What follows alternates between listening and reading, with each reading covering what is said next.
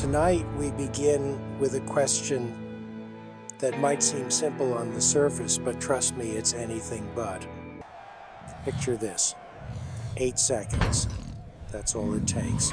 8 seconds between you and glory, between you and a paycheck, between you and walking out of an arena on your own 2 feet or being carried out on a stretcher with your spine rearranged like a jigsaw puzzle someone gave up on halfway through. 8 seconds strapped to 1,500 pounds of pure, concentrated fury that wants nothing more than to turn you into a human lawn dart. 8 seconds where every single muscle in your body is screaming, where your brain is firing so fast it might as well be having a seizure, where one wrong move means you're eating dirt and praying to whatever God you believe in that your internal organs stay internal. Forget everything you think you know about professional bull riding. Forget the highlight reels. Forget the slow motion replays of cowboys pumping their fists in victory. Forget the pristine cowboy hats and the buckles the size of dinner plates. Tonight, we're diving into the reality of what it actually means to climb onto the back of an animal that has been specifically bred, trained, and psychologically conditioned to absolutely despise you and everything you represent. We're talking about a career where your office is a 2,000-pound muscle machine with horns, where your commute involves getting thrown 15 feet in the air and landing on packed dirt that feels like concrete, where your retirement plan is hoping you can still walk without a cane by the time you're 40. This isn't Hollywood. This isn't some romanticized Western fantasy where the hero always lands on his feet and rides off into the sunset. This is a world where broken bones aren't an unfortunate accident, they're a Tuesday. Where concussions are so common they're practically a rite of passage. Where every single rider you meet has a collection of scars that would make a horror movie. Villain jealous. And they wear them like badges of honor because in this world, if you're not bleeding, you're not trying hard enough.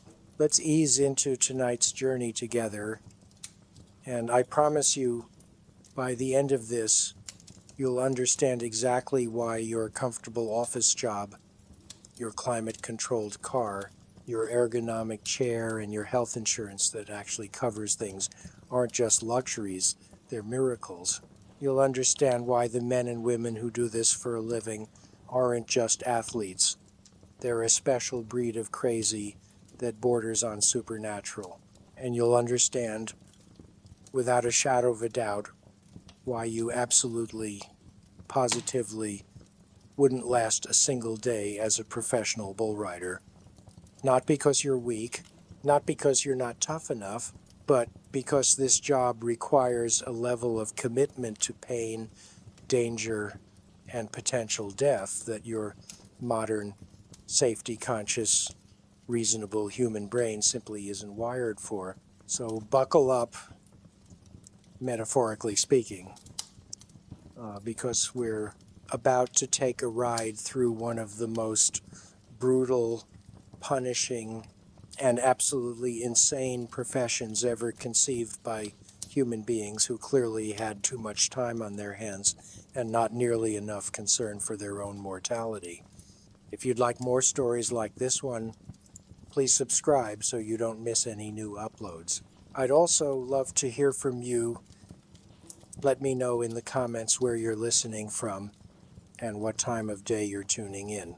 You wake up on competition day, and before your eyes even fully open, you feel it.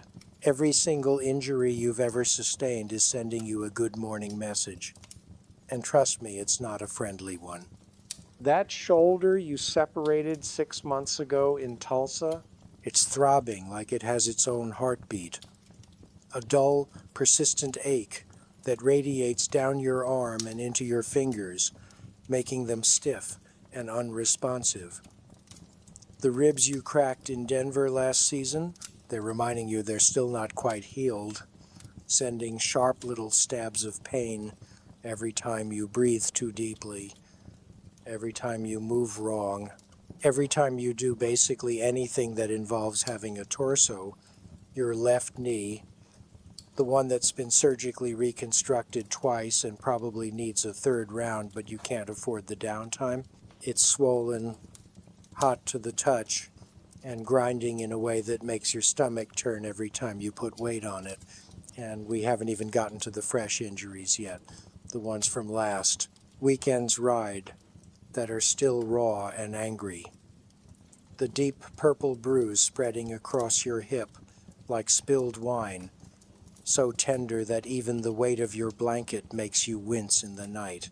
The road rash on your forearm from when you hit the ground and skidded. The protective layer of skin scraped away to reveal the pink, weeping flesh underneath. Your neck is stiff from whiplash. Your lower back is a constant throb of compressed vertebrae and irritated nerves. And somewhere around your rib cage is a mystery pain that you can't quite identify but definitely can't ignore. This is your baseline. This is what healthy looks like in your world. You drag yourself out of bed at 5 in the morning, not because you're excited, not because you're eager, but because it takes you that long to get your body functional enough to do what needs to be done. You start with heat, standing in the shower and letting water as hot as you can stand it beat down on your shoulders, your back, your neck, trying to loosen muscles that have turned into concrete overnight. Then comes the ice, because inflammation is your constant companion, your unwanted roommate who never pays rent and always makes a mess. Ice on the knee, ice on the shoulder, ice on whatever new injury is screaming the loudest today. You pop ibuprofen like candy, knowing full well that your stomach lining is probably already compromised, that you're playing a dangerous game with your kidneys and liver. But what choice do you have? Pain management isn't a luxury in this job, it's a requirement. You can't ride if you can't move, and you can't move if every single nerve ending in your body is firing distress signals. Then comes the taping. Oh, the taping. You've become an expert in sports medicine out of sheer necessity, learning to wrap your own joints because hiring someone to do it for every single ride would cost more than you make. Ankle gets taped to provide stability that your torn ligaments can no longer offer. Wrist gets wrapped because you've broken it 3 times, and it's held together more by scar tissue and stubbornness than actual bone. Ribs get taped, not because it actually helps them heal, but because it gives you the illusion of support, a psychological crutch that makes you feel like maybe, just maybe, they won't break again today. Breakfast is a calculated affair, and by that I mean you're calculating how much you can eat without throwing up when you're getting bounced around like a rag doll in a tornado. Too much food and it's coming back up. Guaranteed. Probably all over the arena floor in front of thousands of people and multiple cameras. Too little and you won't have the energy to hold on. Your muscles will give out halfway through, and you'll get thrown like a rookie. You settle on something bland and strategic. Plain oatmeal, maybe a banana if you're feeling adventurous, some toast that's so dry it could double as sandpaper. No dairy, because that's just asking for trouble. No grease, because your stomach is already churning with adrenaline and anxiety, and adding bacon to that mixture is a recipe for disaster. You choke it down mechanically, barely tasting it, your mind already at the arena, already on the bull, already running through the 1,000 things that can go wrong. Coffee is your only indulgence, because you need the caffeine. You need something to cut through the fog of too little sleep and too much pain. But even that's a risk. Too much coffee and your hands shake, and shaking hands mean loose grip, and loose grip means you're flying through the air before you can blink. You sip it slowly, carefully, like it's medicine, which in a way It is. You check your gear for the 100th time because equipment failure isn't just inconvenient, it's potentially fatal. Your rope, the single piece of equipment standing between you and a very bad day, gets inspected with the intensity of a bomb technician defusing an explosive. You run your hands along every inch of it, feeling for weak spots, frayed sections, anything that might give way under the stress of 1,500 pounds of bull trying to rip it apart. The rosin gets checked, the grip gets tested, every knot gets pulled and tugged and verified. Your vest, that Kevlar monstrosity that makes you look like a discount superhero, but has probably saved your life more times than you can count, gets strapped on and adjusted. It's heavy, restrictive, makes you sweat like you're in a sauna even when you're just standing still, but you'd sooner ride naked than ride without it. Well, not actually naked, but you get the point. This vest is the difference between bruised ribs and punctured lungs, between a hard landing and a trip to the morgue. Your helmet, if you're one of the smart ones who actually wears one, gets fitted and refitted. Some of the old-timers refuse to wear them, call them unmanly or traditional or whatever excuse they need to feel tough. But you've seen what happens when a bull's hoof connects with an unprotected skull, and you're not interested in becoming a cautionary tale. Then there's the glove, your right hand if you're right-handed, your left if you're a southpaw. Doesn't matter. What matters is that this glove is about to become fused to that rope with a grip so tight that getting loose becomes a whole separate challenge. You work rosin into the palm sticky pine resin that turns your hand into living Velcro, creating friction between leather and rope that borders on the molecular level. Too little rosin and you slip. Too much and you can't get free when you need to. And trust me, you will need to get free, usually right around the time the bull decides to turn you into a piñata. The drive to the arena is silent, contemplative, because everyone in the truck knows what's coming and nobody wants to talk about it. Your fellow riders are in their own heads, running through their own mental preparations, their own prayers to their own gods. Some guys listen to music, heavy metal or country or whatever gets their blood pumping, trying to manufacture aggression, trying to psych themselves up for what's about to happen. Others sit in complete silence, meditating or visualizing or just trying to keep their breakfast down. You watch the landscape roll by and think about nothing and everything at once. You think about the bills piling up at home, the rent that's due, the truck payment you're behind on, the hospital bills from last month's wreck that insurance didn't quite cover. You think about the purse for today's event, how much you'll make if you place, how much you'll make if you win, how much you'll make if you get bucked off in 3 seconds like the rookie you sometimes still feel like despite years of experience. The math is always depressing.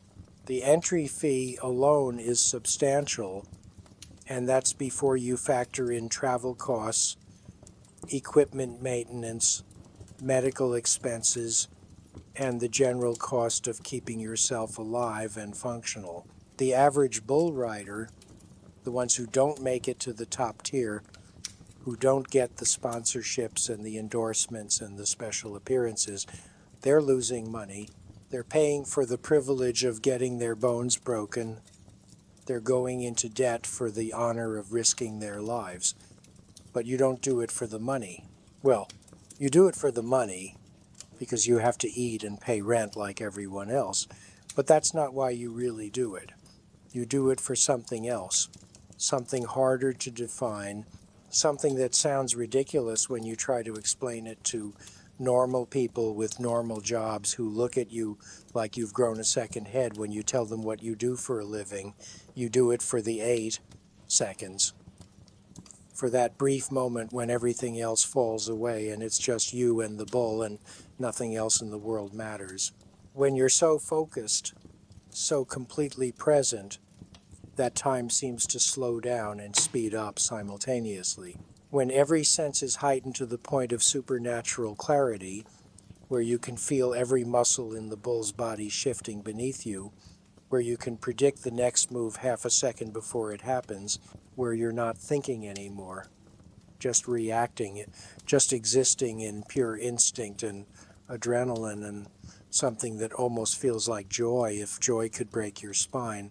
The arena comes into view, and your stomach does that familiar flip, that mixture of excitement and dread that never quite goes away no matter how many times you do this. The parking lot is already filling up with trucks and trailers, with riders and support crews and the whole traveling circus that is professional bull riding. You park and sit for a moment, hands on the steering wheel, taking deep breaths, centering yourself. This is it. This is what you came for. This is what you've been training for, suffering for, sacrificing everything for. You grab your gear bag, heavy with equipment and hope and the weight of everything riding on today's performance, and you step out into the morning sun. The arena smells like livestock and popcorn and beer and dirt and desperation, a combination that would be nauseating if it wasn't so familiar, so comforting in its own weird way. This is your office, your workplace, your battlefield. The concrete corridors echo with the sounds of preparation, riders shouting to each other, bulls snorting and bellowing from their pens, country music blasting from someone's speaker, the metallic clang of gates and equipment being moved into position.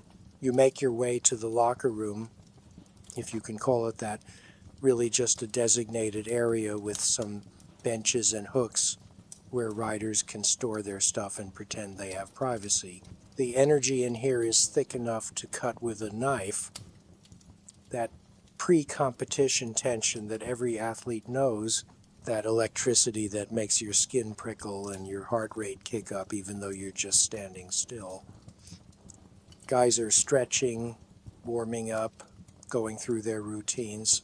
Some are young, early 20s, still fresh-faced and optimistic, still believing they're invincible, still convinced that the injuries and the pain happen to other people. Others are veterans, 35, 40, somehow still doing this, despite bodies that should have quit years ago, held together by titanium pins and surgical screws, and sheer stubborn refusal to admit defeat. You can always tell the difference. The young ones are loud, boisterous, full of swagger and bravado, talking trash and making jokes and pretending they're not scared. The old ones are quiet, focused, moving, with the careful deliberation of men who know exactly how fragile the human body really is, who have felt bones break and ligaments tear and joints dislocate, who have earned every single one of their scars and aren't interested in collecting any more than absolutely necessary. You fall somewhere in between, old enough to know better, young enough to still be stupid enough to do it anyway. You start your warm-up routine, nothing fancy, just enough to get blood flowing to your muscles, to convince your various injuries that yes, we're really doing this again. Yes, I know you're still healing. No, I don't care. Arm circles to loosen up that shoulder, squats to test that knee, feeling it grind and click and threaten to give out. Torso twists that make your ribs scream in protest. Everything hurts, but everything always hurts. So you push through it because that's what you do. That's what everyone here does. Pain is just information, and right now that information is telling you that you're alive, you're functional, and you're about to do something monumentally stupid. You check the draw, the list that tells you which bull you've been assigned, and your stomach drops because you know this bull. Everyone knows this bull. This bull has a reputation, and that reputation involves sending riders to the hospital with alarming regularity. This bull is mean, not just physically powerful, but genuinely aggressive. The kind of animal that doesn't just want to get you off its back, it wants to hurt you, wants to punish you for the audacity of climbing on in the first place. Some bulls are athletes. They buck because that's what they're trained to do. They're doing a job. This bull is a psychopath. It bucks because it enjoys it, because it has vendetta against the entire human race, and takes personal satisfaction in inflicting damage. You have time before your ride, too much time, because waiting is its own special kind of torture. You watch the other riders go one by one, climbing onto their bulls with varying degrees of confidence and success. Some make the 8 seconds, pumping their fists in victory, their scores announced over the loudspeaker to cheers from the crowd. Others get thrown in 3 seconds, 4 seconds, 5 seconds, hitting the ground hard and scrambling to their feet before the bull can turn around and finish the job. One kid, couldn't be more than 22, takes a hoof to the back and stays down a little too long, bullfighters rushing in to distract the bull while medical personnel hurry across the arena. He eventually gets up, waves to the crowd to show he's okay, limps out under his own power with what's definitely at least one broken rib, maybe 2. He'll probably ride again next weekend because that's what you do in this business. You ride hurt or you don't ride at all. And not riding means not getting paid, and not getting paid means you can't afford to be here in the first place. The economics of professional bull riding are absolutely brutal, a vicious cycle that traps riders in a loop of necessity and injury. You need to ride to make money. You need money to cover your expenses. Your expenses include medical bills from riding. The medical bills keep you broke. Being broke means you need to ride more. Riding more means more injuries.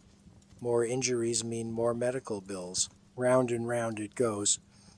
A carousel of pain and poverty that somehow still attracts new riders every single year. Young men and women who see the glory and the buckles and the prize money for the winners and think, yeah, I can do that. I can be one of the ones who makes it. I'm different. I'm special. The laws of physics and statistics don't apply to me. They're wrong, of course. The laws of physics and statistics apply to everyone, especially in a sport where the fundamental premise is climb onto an angry animal that outweighs you by over 1,000 pounds and see what happens. What usually happens is pain. Your number is getting closer. You can hear the announcer working through the roster, getting nearer to your name, and your heart is hammering now, really going thudding against your ribs like it's trying to escape, like it knows something your brain doesn't, like it's saying, hey, remember me, I'm your heart, I'm kind of important, maybe we shouldn't do this thing where we might get stomped into jelly. You ignore it because you've been ignoring it for years, and you do your final checks. Rope, good. Vest, secure. Glove, rosined up. Mouth guard, in place. Because you've already lost 2 teeth to this sport and you're not interested in losing more. You spit into the dirt, trying to work up some moisture in a mouth that's suddenly gone dry as sand, trying to swallow past a throat that's closed up tight with anticipation and adrenaline. Some riders pray at this point, and you're not particularly religious, but you've hedged your bets with more than one deity over the years, because when you're about to climb onto a bull, any help is good help, supernatural or otherwise. You make your way to the chute, where your bull is already loaded, already snorting and kicking, already radiating hostility like heat from a furnace. The animal is magnificent and terrifying in equal measure, all muscle and malevolence, 1,500 pounds of bad attitude with horns. Its eyes are rolling, showing white, and it's slamming against the sides of the chute with enough force to make the whole structure shudder, sending vibrations through the metal that you can feel in your bones. The chute is claustrophobic, narrow, designed to hold the bull in place, but offering you absolutely zero room for error. You climb up onto the rails, and suddenly you're right there, inches from the bull, close enough to smell it. And trust me, bulls don't smell good. It's a thick, musky animal smell, mixed with the acrid scent of fear and aggression, mixed with dirt and manure and something primal that makes the hair on the back of your neck stand up. This is a predator response, your lizard brain recognizing that you are in the presence of something that can kill you, something that wants to kill you, and sending urgent messages that maybe, just maybe, you should reconsider your life choices. You ignore those messages because you're committed now, you're here, your name has been called, and backing out isn't an option. Not physically, not psychologically, not financially. You ease yourself down onto the bull's back, and the first thing that strikes you is how different it is from sitting on anything else in your life. This isn't a chair, this isn't a saddle, this isn't even like sitting on a horse. This is sitting on a living earthquake, a mass of muscle that's already twitching and bunching beneath you, already preparing to launch you into orbit.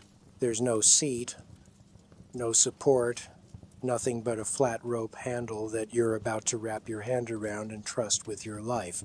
Your legs hang down the sides, and the bull's body is wider than you expected. So wide that your hips are forced into an uncomfortable angle. So wide that you can already feel the strain in your groin muscles, and you haven't even started yet. You work your hand into the rope, sliding your fingers into the handle, and then it's time for the wrap, that crucial moment where you create the connection between you and the bull.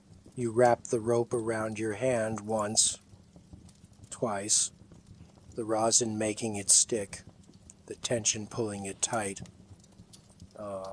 Someone, probably one of your fellow riders, helps pull the rope, taut, creating pressure that's almost painful, that cuts off circulation, that turns your hand into a claw that cannot let go easily.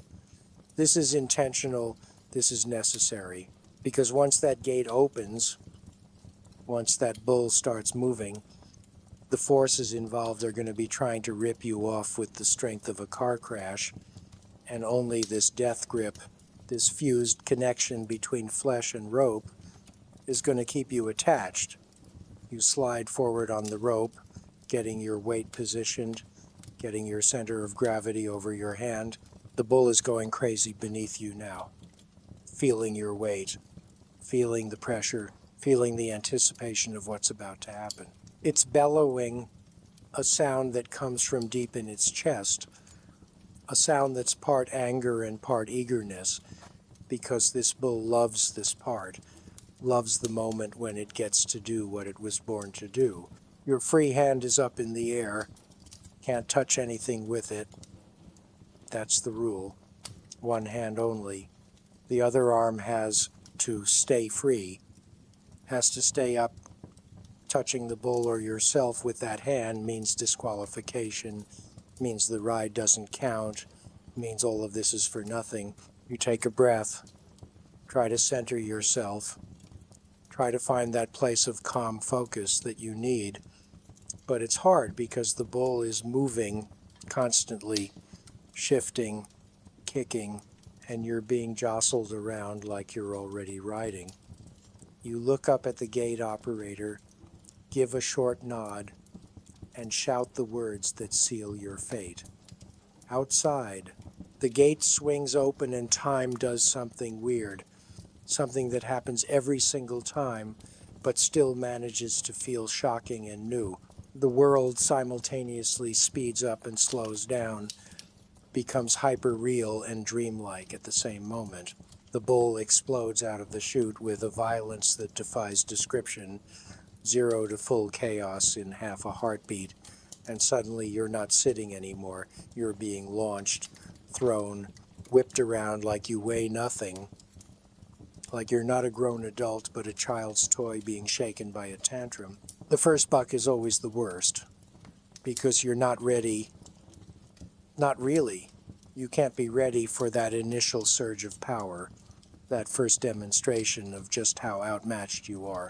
The bull's back end kicks up, and you're thrown forward, your face nearly hitting the back of its head, your body compressing like an accordion, ribs squeezing together, breath forced out of your lungs in a surprised gasp. Then immediately it reverses, hind legs coming, down, head dropping, back, arching up, and you're thrown backward, your spine whipping, your neck snapping back, stars exploding in your vision because your brain just hit the inside of your skull with the force of a minor car accident.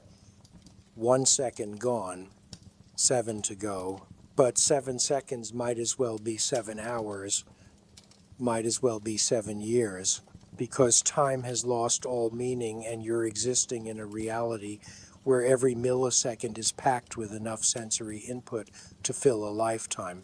The bull is spinning now, a move called getting into the well, where it rotates in a tight circle using centrifugal force to sling you off like water off a wet dog. You're fighting to stay centered, fighting to keep your weight over your hand, but the forces involved are enormous, supernatural, pulling you to the outside of the spin, trying to peel you off like bark from a tree. Your legs are flailing, trying to grip, trying to find purchase on the bull's sides, but there's nothing to grip, just smooth hide over solid muscle that's bunching and releasing with each movement. Your free arm is windmilling, waving in the air. Part of it is for show, part of it is instinct. Your body trying to use it as a counterbalance, trying to distribute momentum, trying to do anything to keep you from becoming airborne. The bull changes direction, a move so sudden and violent that it feels like reality has glitched, like physics has had a stroke. 1 second you're spinning left, the next you're spinning right, and your body hasn't caught up, hasn't processed the change, is still moving in the old direction while the bull moves in the new one. And this disconnect, this lag between what your body expects and what's actually happening, this is what causes injuries. This is what tears ligaments and breaks bones and sends riders home in ambulances. 3 seconds, halfway there. But 3 seconds feels like an eternity when every microsecond contains the possibility of catastrophic injury. The bull is bucking hard now, high arcing jumps where all 4 feet leave the ground, where you're weightless for a fraction of a second before gravity reasserts itself with prejudice, slamming you back down onto the bull's back with enough force to compress your spine, to jar every organ in your body, to make your teeth clack together despite the mouth guard. Each landing is a car crash in miniature, a collision between your tailbone and an animal that feels like concrete wrapped in leather, sending shockwaves up your vertebrae that make your vision blur and your ears ring. Your hand is screaming, trapped in the rope, the pressure enormous, fingers bent at angles they were never meant to bend, tendons stretching to the point of tearing, knuckles grinding together, the whole apparatus of your hand being subjected to forces it wasn't designed to handle. You can feel the rope cutting into your palm even through the glove. can feel bruises forming in real time, can feel the bones shifting in ways that make your stomach turn, but you can't let go, won't let go, because letting go means falling, and falling at this speed, at this angle, with this much momentum, falling means hitting the ground like a meteor, like a crash test dummy, like a bag of meat dropped from a building. The bull tries a new trick, kicks its back legs out to the side while twisting its body, a corkscrew move that sends you sliding forward, your groin slamming into the rope, pain exploding through your pelvis, the kind of pain that makes your vision white out for a second, the kind of pain that makes you want to vomit, the kind of pain that means you're definitely going to be pissing blood later and hoping it's nothing serious, hoping you haven't ruptured something important, hoping that the ability to have children someday hasn't just been permanently compromised by a bull's creative interpretation of how to remove an unwanted rider. 5 seconds. 3 to go. So close. So impossibly far.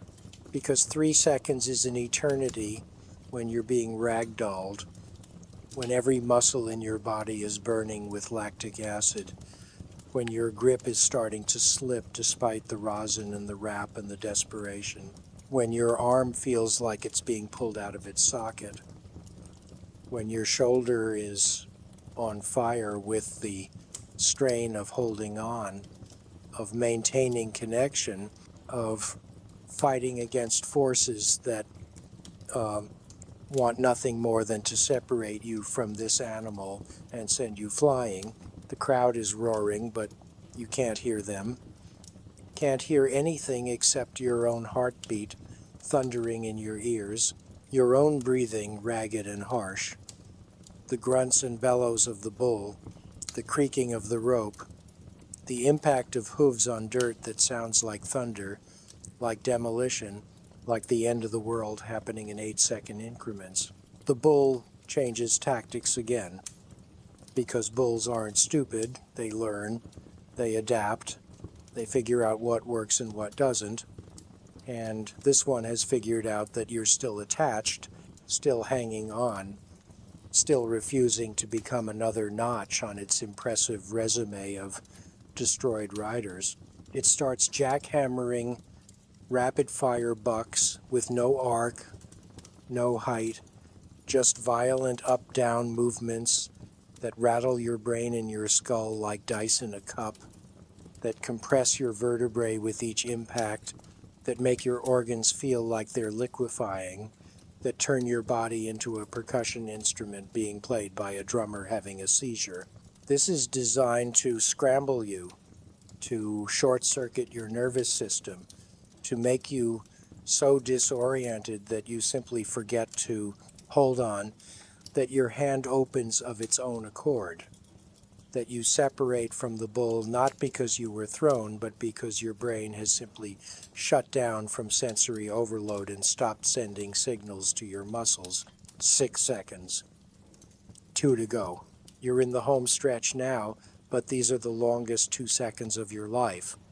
Longer than waiting for test results, longer than standing at the altar, longer than any 2 seconds have any right to be. The bull knows it too, can sense that the ride is almost over, and it's furious, absolutely incandescent with rage that you're still here, still attached, still defying its best efforts to remove you, and it redoubles its efforts with a kind of vindictive fury that feels almost personal. The buzzer sounds, that beautiful, blessed 8-second buzzer that means you did it, you made the time, the ride counts, you can let go now, you can get off this nightmare carnival ride and return to the relative safety of being a human standing on solid ground instead of a human attached to a living battering ram. But letting go is its own challenge, its own danger, because your hand is locked in that rope, fingers cramped and swollen, hand fused to the handle by rosin and pressure and 8 seconds of death grip, and you need to get it free right now, immediately, because the bull hasn't stopped bucking just because the buzzer went off.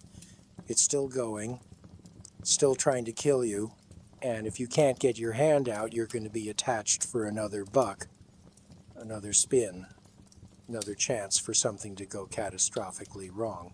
You're yanking at your hand, pulling, twisting, trying to work it free while simultaneously being thrown around, while the bullfighters are rushing in, trying to distract the bull, trying to give you those crucial seconds you need to extract yourself.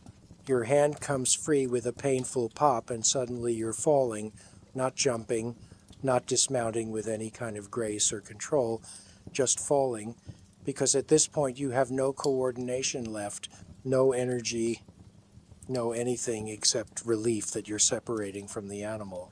You hit the ground hard, shoulder first, the impact rattling your teeth, sending shock waves through your already abused body, and you're rolling, scrambling, trying to get to your feet, trying to get away, because the bull is still here, still moving, and you're in the danger zone, the kill zone, the area where bulls can and do attack riders who are down. The bullfighters are doing their job, waving their arms, shouting, getting the bull's attention, directing it away from you and toward the exit gate. But it takes a second, 2 seconds, an eternity when you're on the ground and vulnerable and very aware that you're made of soft, squishy materials while the bull is made of horn and hoof and hatred. You make it to your feet, legs shaky, adrenaline still coursing through your system like rocket fuel, and you're moving toward the fence, toward safety, every step a victory because you're walking, you're upright, you're functional. The crowd is cheering. You can hear them now, the roar of approval washing over you like a wave, and you wave back, automatic, reflexive, the showmanship that's expected, the acknowledgement of their appreciation, even though what you really want to do is collapse, is lie down on this dirt and stay there for several hours while you take inventory of what hurts and how badly. Your score comes up on the board, and it's good, not great, not spectacular, but good, solid, respectable, enough to place you in the running, enough to mean this ride mattered. This suffering counted for something more than just the experience of suffering. You walk out of the arena on legs that feel like they're made of rubber bands and wishful thinking, and you're breathing hard, your heart still racing, your body flooded with endorphins and adrenaline and that peculiar mixture of relief and euphoria that comes from surviving something that could have killed you but didn't. Other riders congratulate you, slap you on the back, which hurts because everything hurts, but you accept it because this is the camaraderie of shared insanity, the brotherhood of people who understand what you just did because they do it too, because they're all crazy in the same specific way. You make it to a bench, sit down, start the process of unwrapping your hand, peeling away the glove to reveal fingers that are already swelling, already turning purple, knuckles scraped raw, palm bruised deep into the tissue. You flex your fingers experimentally and wince because, yeah, that's going to hurt for days, maybe weeks, maybe forever, because this is just adding to the cumulative damage, the wear and tear that never quite heals, that builds up over time until your hands look like gnarled tree roots and hurt every time the weather changes. But you made the 8 seconds, and that's what matters. That's what you came here for. That's what this whole brutal, punishing, absolutely insane profession is built on. 8 seconds of glory purchased with a lifetime of pain. The aftermath of a successful ride is almost worse than the ride itself, because during those 8 seconds your body was pumping so much adrenaline, so many natural painkillers, so many stress hormones designed to keep you functional during a crisis, that you didn't really feel the damage being done. You felt the impacts, sure, felt the jarring and the wrenching and the general violence of the experience, but your nervous system was running on emergency protocols, suppressing pain signals, prioritizing survival over comfort, keeping you in the fight. Now that it's over, now that the threat has passed, and your body has decided you're no longer in immediate danger of death, all those suppressed signals come flooding back at once like a dam breaking. Your shoulder, which took the brunt of your landing, is throbbing with a deep, nauseating ache that radiates down your arm and up into your neck. You try to lift your arm above your head and can't, the joint refusing to cooperate. Muscles spasming and locking up in protest. This might be another separation, might be a torn rotator cuff, might be nothing serious. It's impossible to tell right now because everything hurts so much that isolating individual injuries is like trying to pick out a single instrument in an orchestra where everyone is playing fortissimo and slightly out of tune. Your ribs, those same ribs that were already compromised when you woke up this morning, are definitely worse now. Each breath is accompanied by a sharp, stabbing sensation that makes you gasp and then regret gasping because that just makes it stab more. You prod gently at your side, feeling for the telltale grating sensation of broken bones rubbing together, but it's hard to tell through the swelling and the general agony. Could be broken, could be just badly bruised. Won't know for sure until you get an X-ray. And you're not getting an X-ray unless something is visibly protruding or you literally cannot breathe. Because X-rays cost money, and money is something you don't have enough of, especially not for injuries that might heal on their own given enough time and stubbornness. Your hand looks like it went through a meat grinder and came out the other side as abstract art. The swelling is impressive, fingers puffed up like sausages, the whole thing taking on a color palette that ranges from angry red to deep purple to a sick greenish yellow around the edges where older bruises are still healing. You try to make a fist and manage something that looks more like a claw, fingers barely curling, the motion sending lightning bolts of pain shooting up your arm. This is normal. This is expected. This is what your hands look like after a good ride, and you've got another event next weekend, so this hand better heal fast or you're going to be riding with a significant handicap, trying to grip a bull rope with fingers that don't quite work right, which is a recipe for getting thrown even faster than usual. You need ice, need it desperately, but the ice situation at these events is always chaotic, always involves waiting in line behind a dozen other banged-up riders who all need the same thing, all competing for limited resources in a profession where taking care of yourself is considered slightly less important than just getting back on the next bull. You eventually get a bag of ice wrapped in a towel that's seen better days, probably multiple seasons. Definitely not as clean as you'd like, but beggars can't be choosers. You apply it to your hand first, because your hand is your livelihood, your tool, your connection to the rope and therefore to any future paychecks. You sit there with ice on various body parts, rotating it around like you're playing some kind of painful game of musical chairs, and you watch the other riders continue their attempts at controlled suicide. Some are veterans like you, guys who have been doing this for years and have the scars to prove it, guys who move with that careful, calculated deliberation of people who know exactly how much their bodies can take and are constantly doing math in their heads about whether the payoff is worth the damage.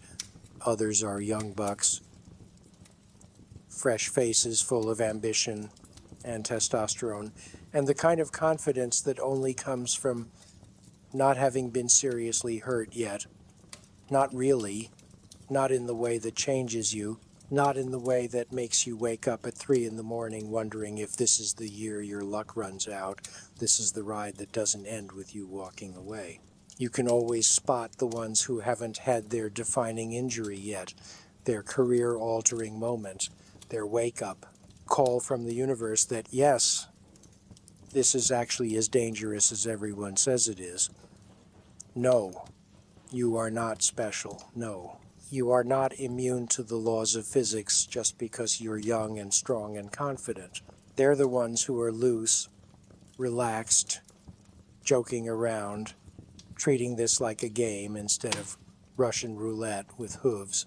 The veterans don't begrudge them their innocence, their optimism, their fearlessness, because we all had that once.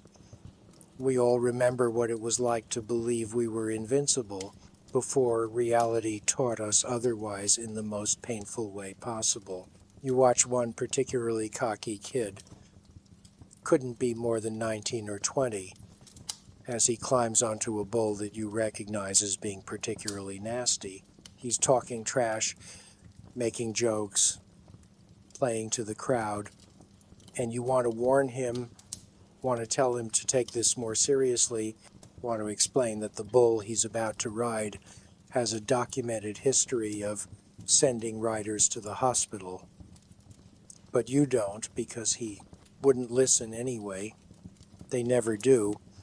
And honestly, he needs to learn this lesson himself. He needs to earn his respect for the sport the hard way, because that's the only way anyone ever really learns it. The gate opens and the kid lasts maybe 3 seconds before he's launched into the air like he's been shot from a cannon, his body rotating in a way that makes your stomach clench in sympathetic horror, because you absolutely know that he's going to land badly. He hits the ground in a crumpled heap and doesn't get up right away, and the medical team is rushing out, and the crowd goes quiet in that particular way. Crowds do when they realize they might be witnessing something genuinely terrible rather than just entertainingly dangerous. The kid eventually sits up, waves to show he's conscious, but he's holding his arm at a weird angle and his face is pale, and you just know that his season is probably over, that he just learned a very expensive lesson about humility and respect, and the fact that bulls don't care how confident you are, they will humble you without a second thought. He walks out under his own power, which is good, but he's cradling that arm, and you'd bet money it's broken, probably the wrist or forearm, classic defensive injury from trying to break his fall, and that's going to be surgery and recovery time and physical therapy and medical bills. And the whole time he's not riding, he's not making money, and this is the trap. This is the cruel economics of the sport, where getting injured means losing income, which means going into debt, which means needing to ride more to recover financially, which means more chances to get injured, and the whole cycle starts over again. The event continues through the afternoon, rider after rider, bull after bull, a parade of controlled chaos and calculated risk that somehow never gets boring, never gets routine, because every single ride is different. Every matchup between human and animal produces its own unique combination of skill and luck and disaster. You watch it all from your spot on the bench, icing your various injuries, mentally cataloging the damage, already thinking about tomorrow, about recovery, about the next event, about whether your body will be functional enough to do this all over again. Some rides are spectacular, perfect examples of the sport at its finest, where rider and bull are perfectly matched, where the bull is bucking hard and the rider is countering every move, where it looks almost choreographed, almost like a dance, albeit a violent, dangerous dance where one partner wants to kill the other one. These are the rides that make it to highlight reels that get replayed on sports networks that make people who don't understand the sport think it looks easy, looks fun, looks like something they could do. They're wrong, of course, spectacularly wrong, but the beauty of a perfect ride is that it makes the impossible look effortless, makes 8 seconds of controlled violence look like poetry, and that's part of the deception, part of what keeps new riders coming into the sport, despite the overwhelming evidence that this is a terrible idea for everyone involved. Other rides are disasters from the start, where the bull comes out of the gate already 3 steps ahead of the rider, where the rider is out of position immediately, where you can see in the first second that this isn't going to end well. These are the rides that make you wince, that make you look away, that make you grateful it's not you out there right now, even though you know that next week, next event, next draw, it very well could be you getting thrown like a rag doll, you hitting the ground hard enough to see stars, you being the one everyone watches with that mixture of sympathy and relief. Relief because thank God it's not me.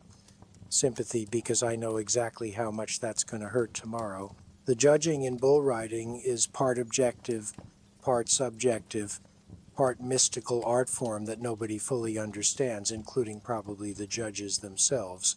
You're judged on your control, your technique, your form, but the bull is also judged on its performance, on how difficult it made the ride, on how many different moves it executed, on how much of a challenge it presented.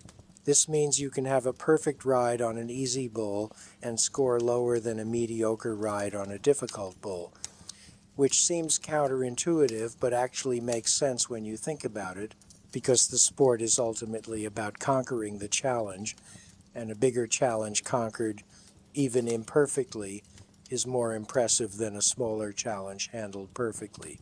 Your score from earlier is holding steady in the middle of the pack, good enough to place, not good enough to win, which is fine, which is acceptable, which is about what you expected given the bull you drew and your performance on it.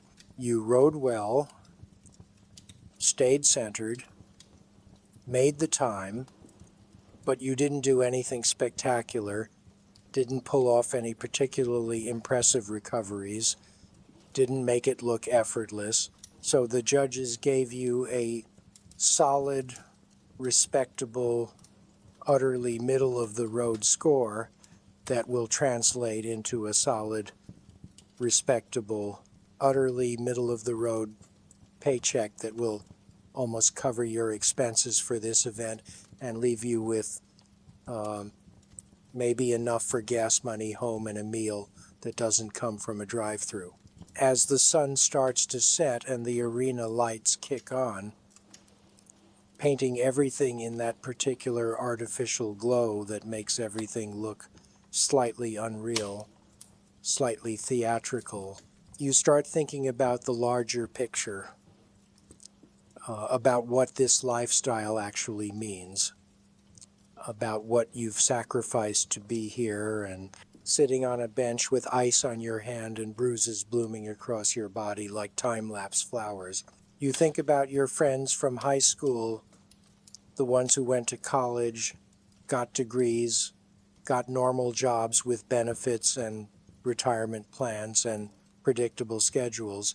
They're probably sitting in offices right now, or more likely they're home already because they work 9-to-5 jobs that end at 5. They're home with their families, with their partners, with their kids, living lives that make sense, lives that follow conventional narratives about success and stability and building toward a future. You're 32 years old and you live in a trailer, not because you think trailers are cool or because you're making some kind of lifestyle choice, but because it's what you can afford, because permanent housing doesn't make sense when you're traveling to different events every single week, because Why pay rent on an apartment you're never in when you could pay less for a mobile home that goes where you go? Your romantic life is a disaster, has been a disaster, will continue to be a disaster, because what kind of relationship can you build when you're gone all the time? When your body is broken more often than it's functional, when your mood swings between the manic high of a good ride and the depressive low of a bad injury, when you can't promise anything about the future because you genuinely don't know if you'll be walking normally in 5 years or still riding or dead. You've had partners who tried to understand, tried to be supportive, tried to wait for you to come home from events, but it never works. It can't work, because eventually they realize that you're married to the bulls, you're in a committed relationship with the sport, and they're always going to be second place. And nobody wants to be second place forever. You don't have health insurance, not real health insurance anyway. You have some kind of catastrophic coverage that will theoretically kick in if you get injured badly enough to need emergency surgery, but won't cover the day-to-day maintenance, the chronic pain management, the physical therapy, the regular doctor visits that you should be having but aren't, because what's the point when you can't afford to follow their advice anyway?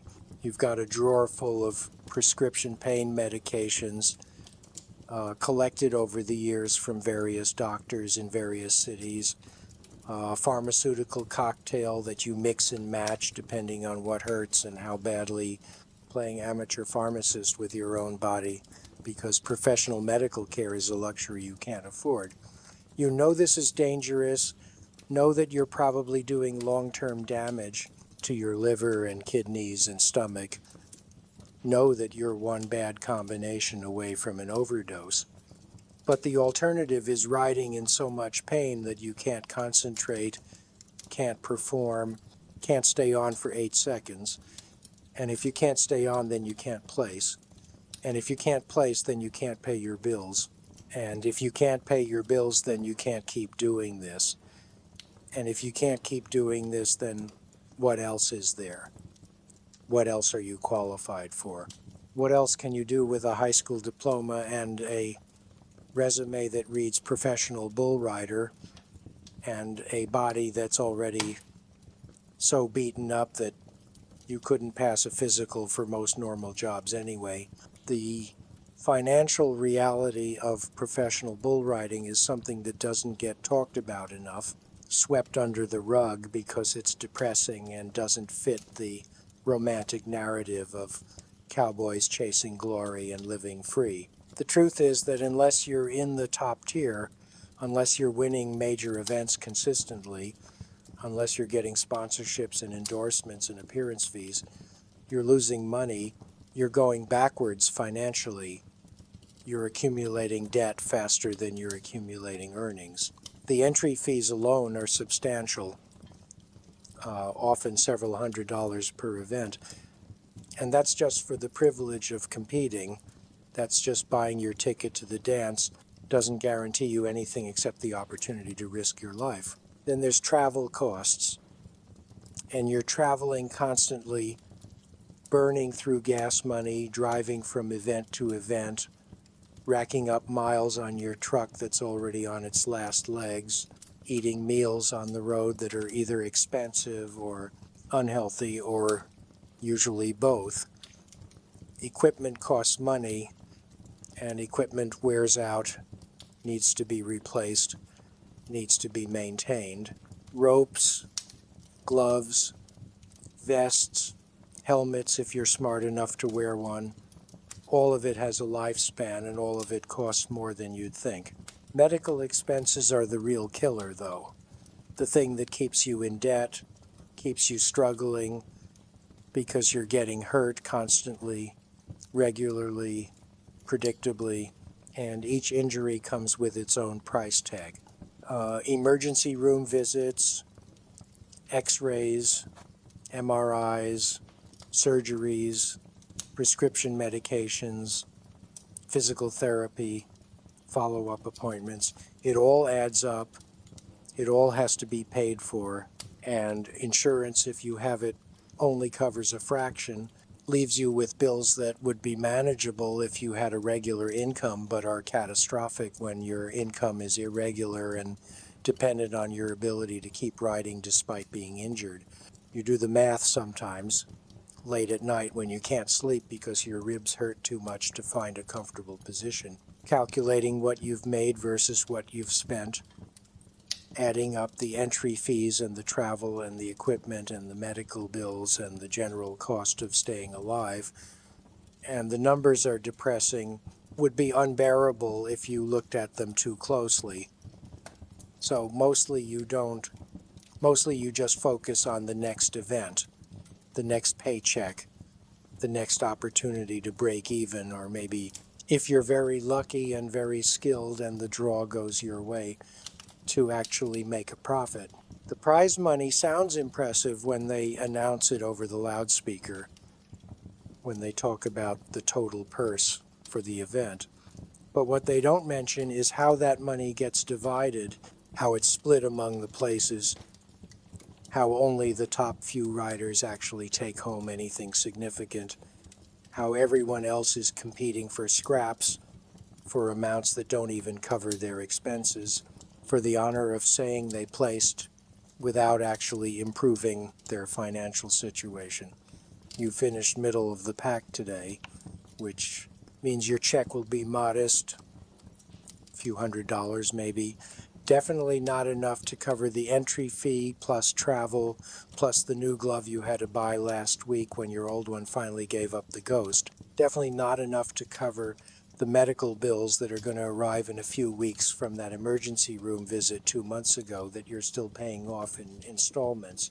Definitely not enough to start saving for the future, for retirement, for the day when your body finally says enough and you're forced to find something else to do with your life.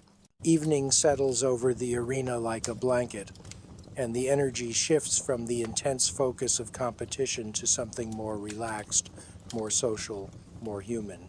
Riders who were mortal enemies in the arena, competing for the same prize money, hoping the other guy gets bucked off so they can move up in the standings. They're friends now, brothers in arms, united by their shared experience of surviving another day in the most dangerous sport in the world.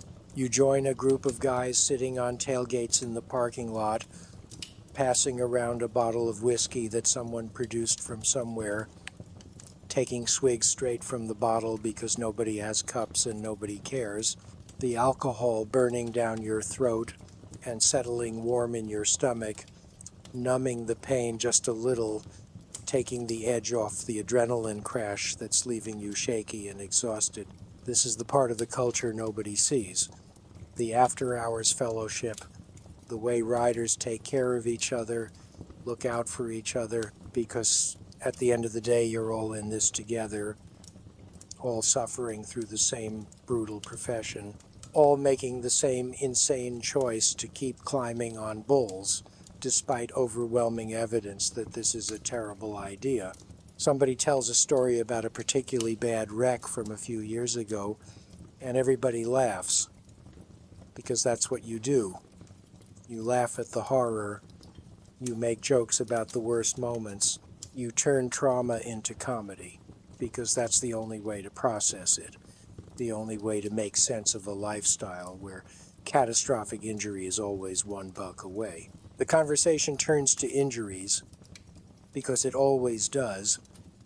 Riders comparing scars like trading cards, one-upping each other with stories of broken bones and torn ligaments and concussions and surgeries, speaking a language of medical terminology and anatomical disaster that would horrify normal people, but is just shop talk here, just guys discussing the tools of their trade.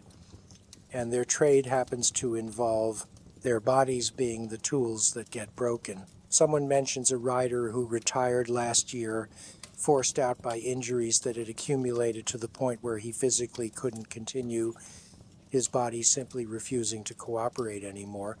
Multiple surgeries that didn't take, chronic pain that couldn't be managed, a wake-up call from his doctor that if he kept riding, he might end up in a wheelchair permanently. And he finally listened, finally hung up his rope and walked away. And everyone gets quiet for a moment, because that's the future you're all facing. That's the ending that awaits everyone who doesn't die or quit first. That gradual accumulation of damage until your body breaks down completely, until you're not retiring by choice but by necessity, not walking away on your own terms, but being carried away by the inevitable consequences of spending years doing something human bodies were never designed to do. The whiskey makes its rounds again, and you take another drink, feeling the warmth spread through your chest, feeling your muscles relax just a fraction, feeling some of the tension drain out of your shoulders and your back and your perpetually clenched jaw. You're tired, bone deep, exhausted in a way that sleep doesn't really fix. The kind of tired that comes from running on adrenaline and fear and pain for hours. The kind of tired that makes you feel hollowed out, emptied, like someone scooped out your insides and left just a shell that looks like a person but doesn't quite feel like one anymore. Someone asks you about your ride, and you shrug, taking another drink before answering, keeping it modest because bragging is frowned upon in this culture, false modesty being the preferred mode of communication. You made the 8.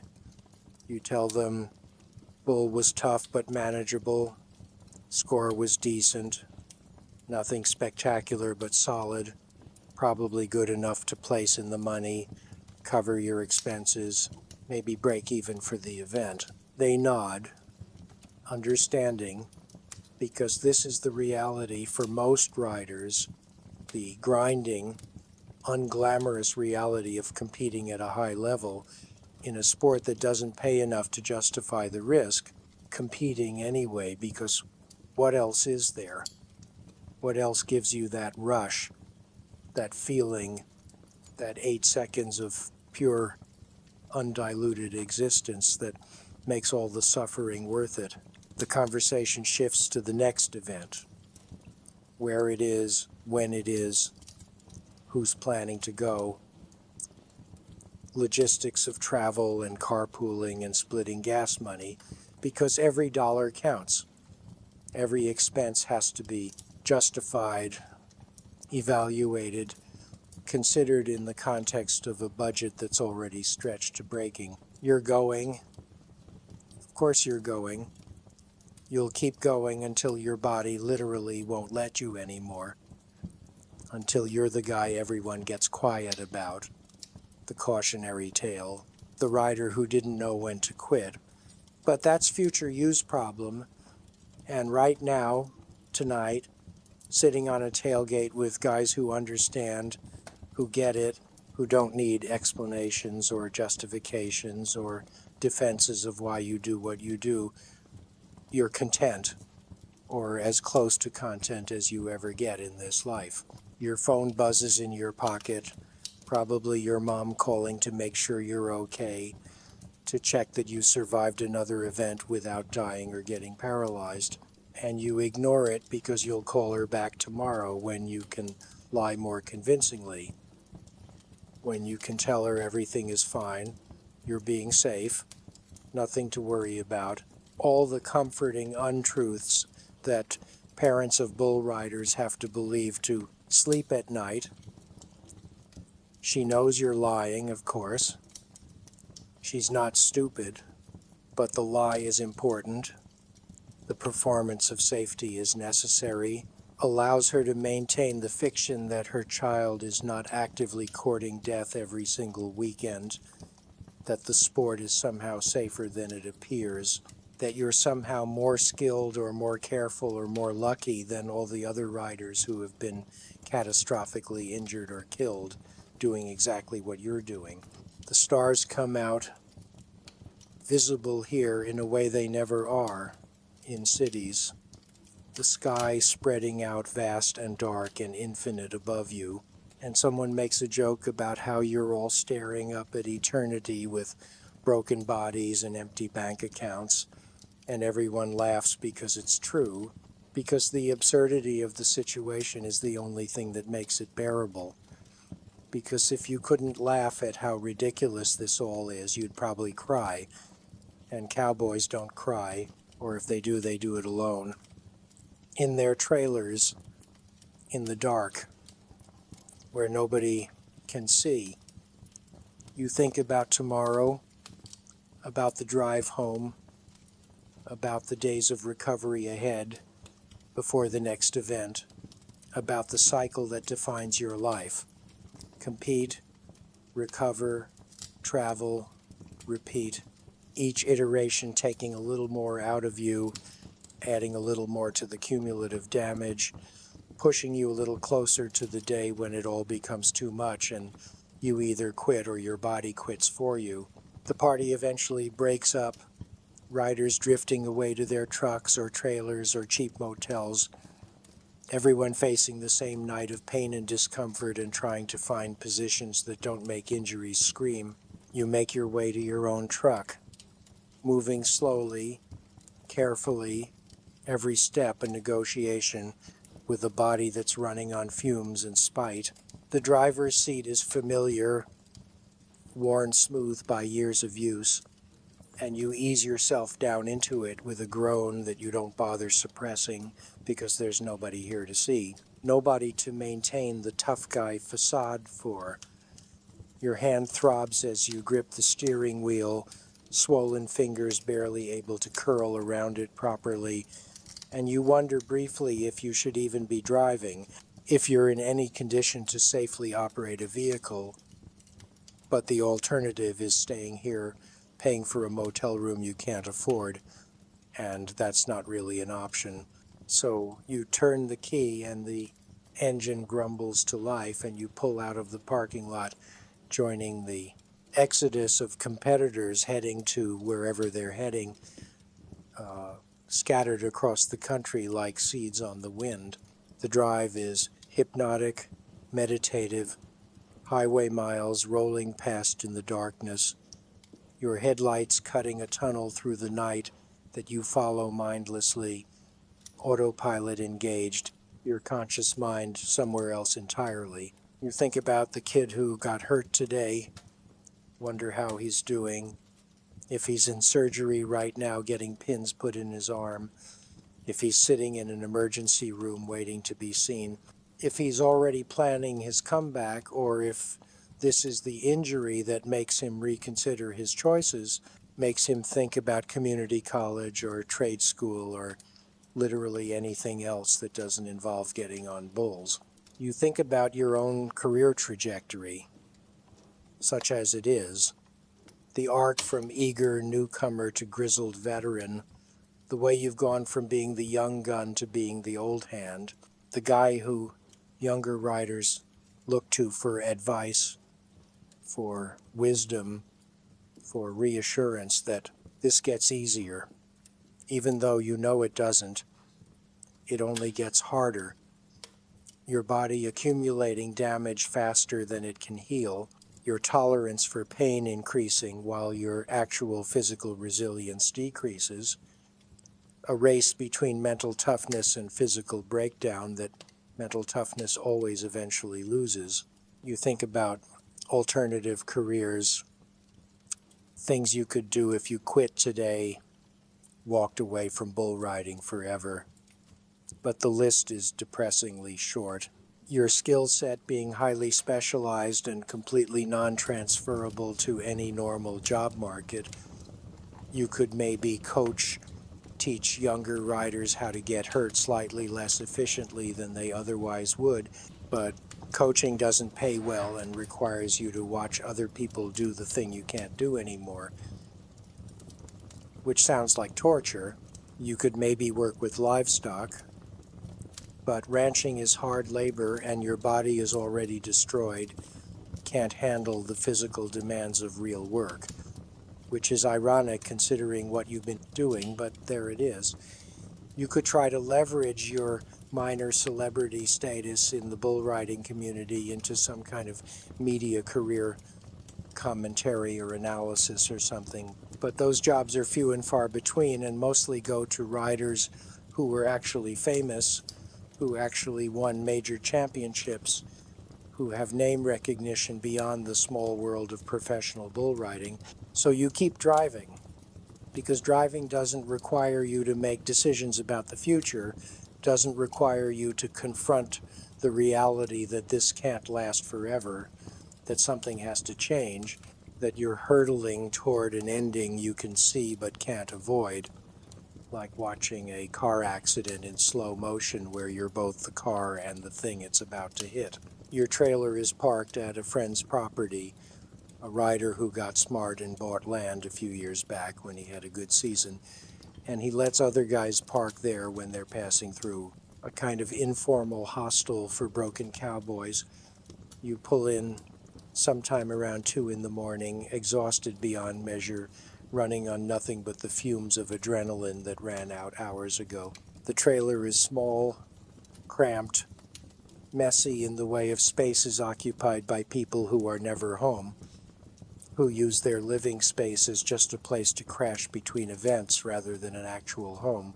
You don't bother turning on all the lights, just enough to navigate by, and you start the process of getting ready for bed, which is complicated when every movement hurts, when simple tasks like taking off your boots become epic struggles.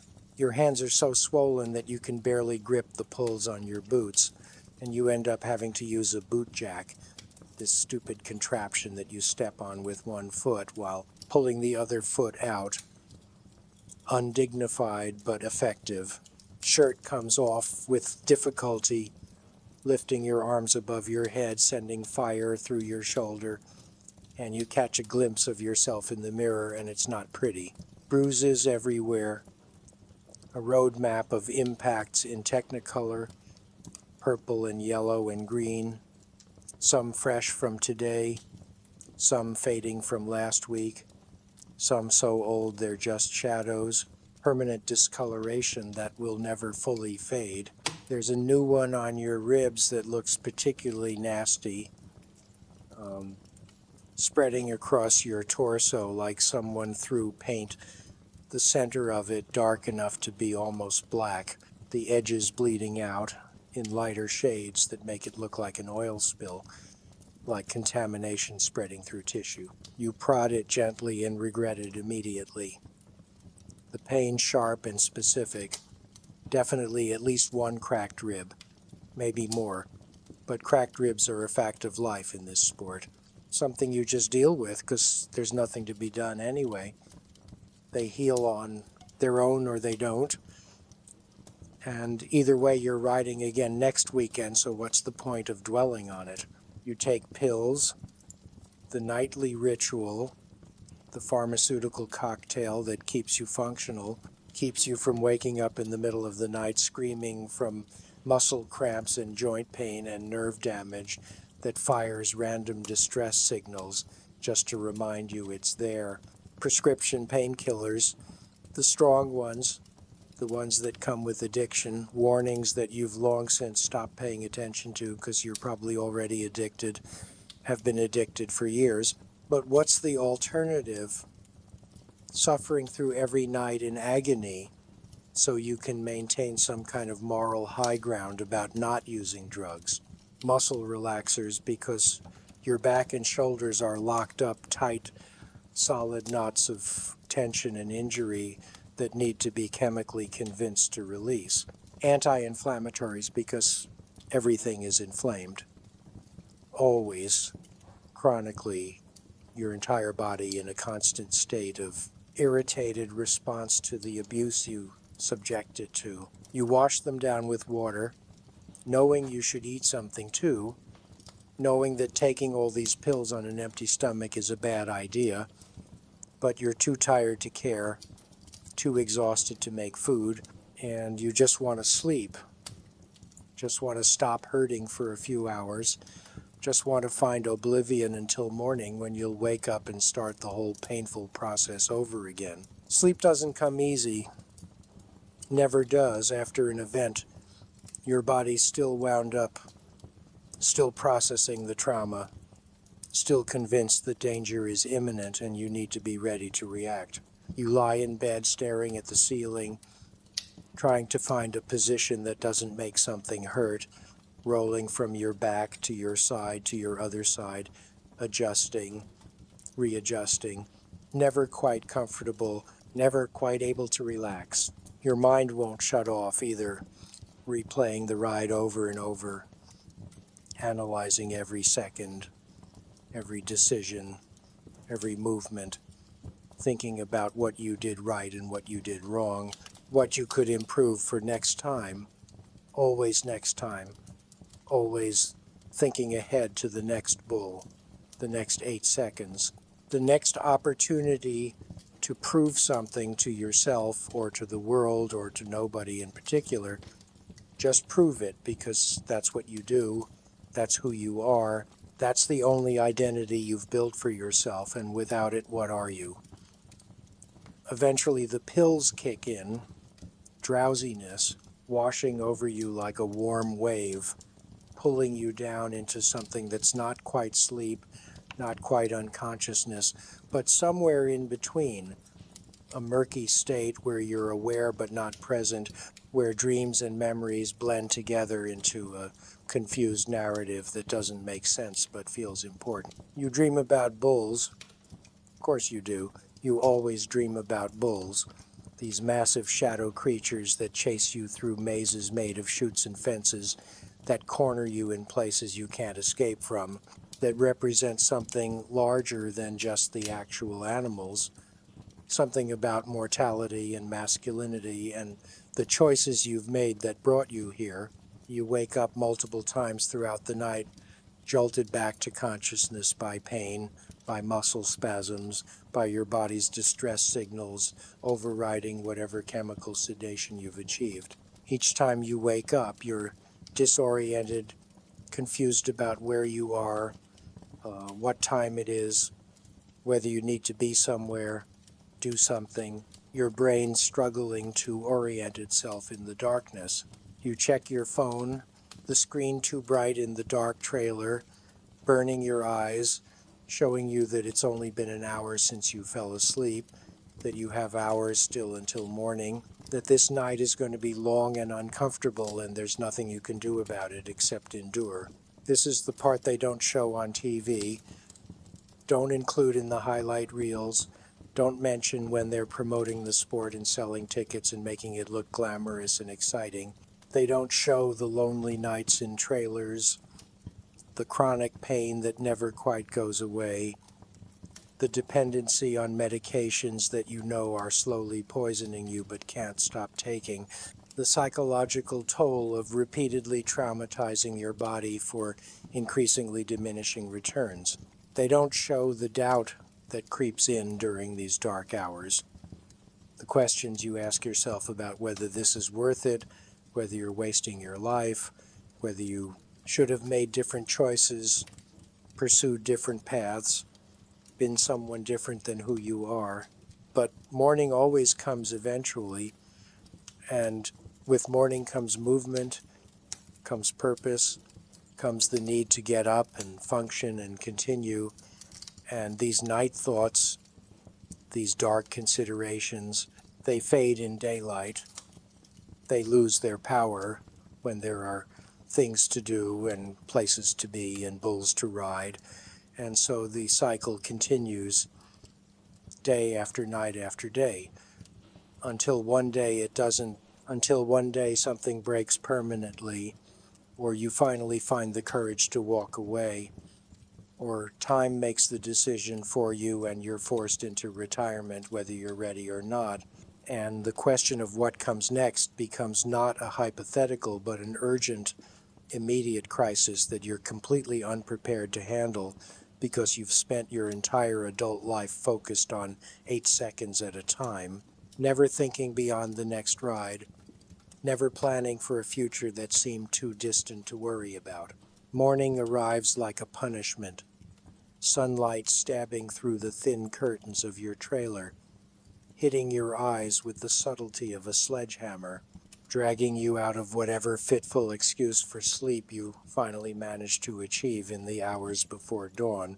Your body has stiffened overnight, muscles and joints seizing up like rust on old machinery, every injury from yesterday announcing itself with renewed vigor, a chorus of pain that starts the moment consciousness returns and doesn't stop, won't stop, will accompany you through every moment of this day and the days to follow, until they eventually fade into the background noise of chronic discomfort that defines your existence.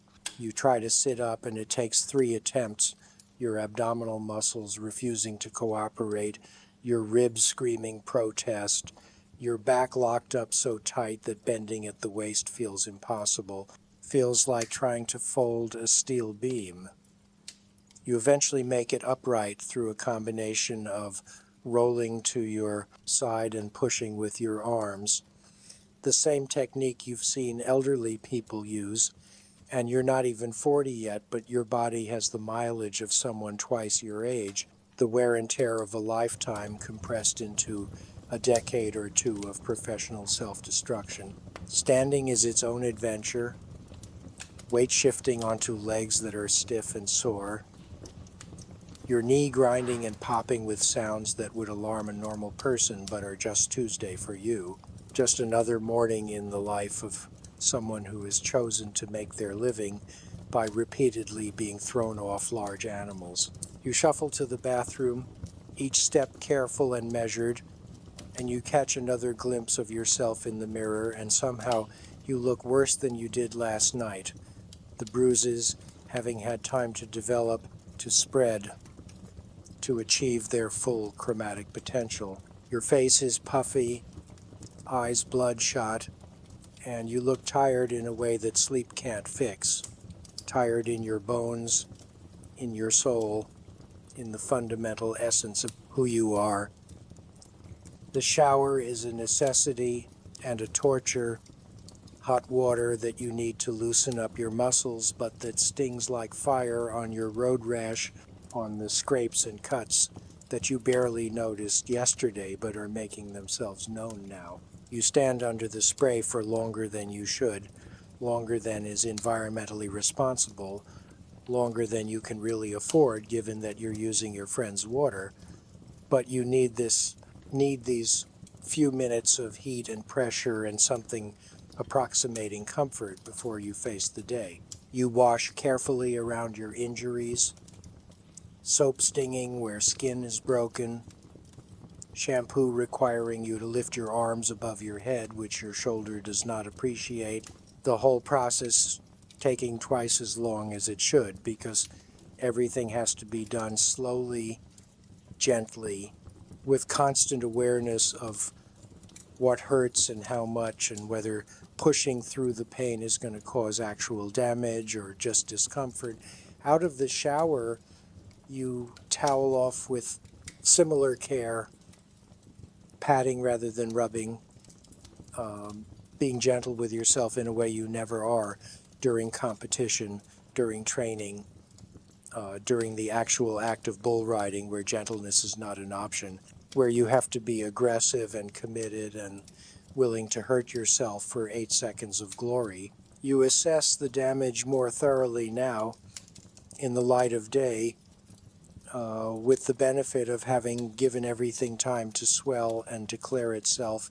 Your hand is still a disaster, maybe worse than yesterday, the swelling having increased overnight, fingers stiff and unresponsive, the whole thing looking like a cartoon hand, like someone inflated it with a bicycle pump. You try to make a fist and manage something that looks more like a claw, fingers curling partially but not completely. The motion sending sharp pains shooting up your arm, and you know you should ice this, should probably have ice on it constantly for the next 48 hours. But you've got things to do, places to be. Life doesn't stop just because you're injured, and nobody is going to take care of you except you. So you wrap it up, athletic tape holding everything together, compression that will hopefully reduce the swelling, make the hand at least semi-functional for the basic tasks of daily life, like driving and eating and handling your gear. Your ribs get taped too, a process that's become so routine you could do it in your sleep, wrapping around your torso to provide support, to remind you not to twist, not to reach, not to do anything that might make the cracks worse, might turn them from simple fractures into displaced breaks that would require actual medical intervention. The taping is more psychological than anything, a placebo that makes you feel like you're being proactive, like you're managing the injury, but really ribs heal on their own timeline and there's nothing you can do to speed the process. Nothing except rest. And rest means not riding, and not riding is not an option. You pop your morning pills, the pharmaceutical breakfast that's become as routine as coffee for normal people, painkillers and anti-inflammatories and muscle relaxers, the holy trinity of keeping a broken body moving. You chase them with actual coffee, black and strong, because you need the caffeine, need something to cut through the fog of pain and medication, need to feel alert even if you don't feel good. Food is a challenge. You're not hungry.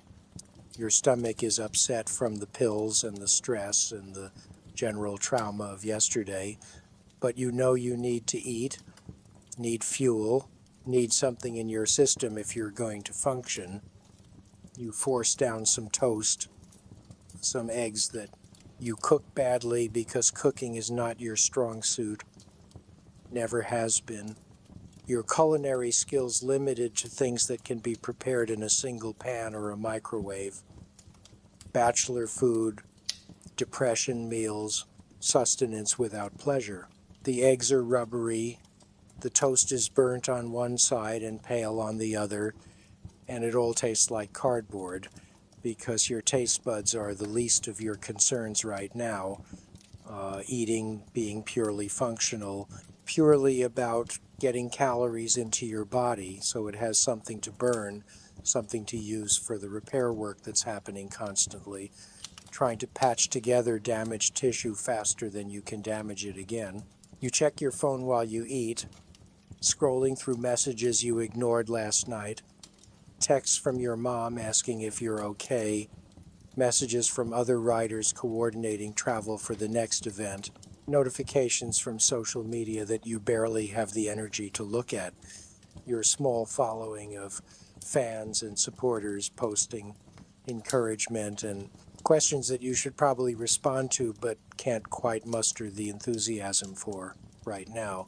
There's a message from the event organizers with the final standings and payout information, and you open it with a mixture of hope and dread. Hope that maybe you placed higher than you thought. Dread that maybe the math doesn't work out the way you need it to. You placed fifth, which is respectable, which is decent, which translates to a check for exactly $850, minus the entry fee of $300, minus the travel expenses of roughly $200 for gas and food, minus the $50 you spent on that new glove, leaves you with a profit of $300 for the weekend, $300 for risking your life and wrecking your body and spending 2 days in pain, which works out to about, you do the math in your head, about $15 an hour if you count all the hours you spent traveling and preparing and recovering, significantly less.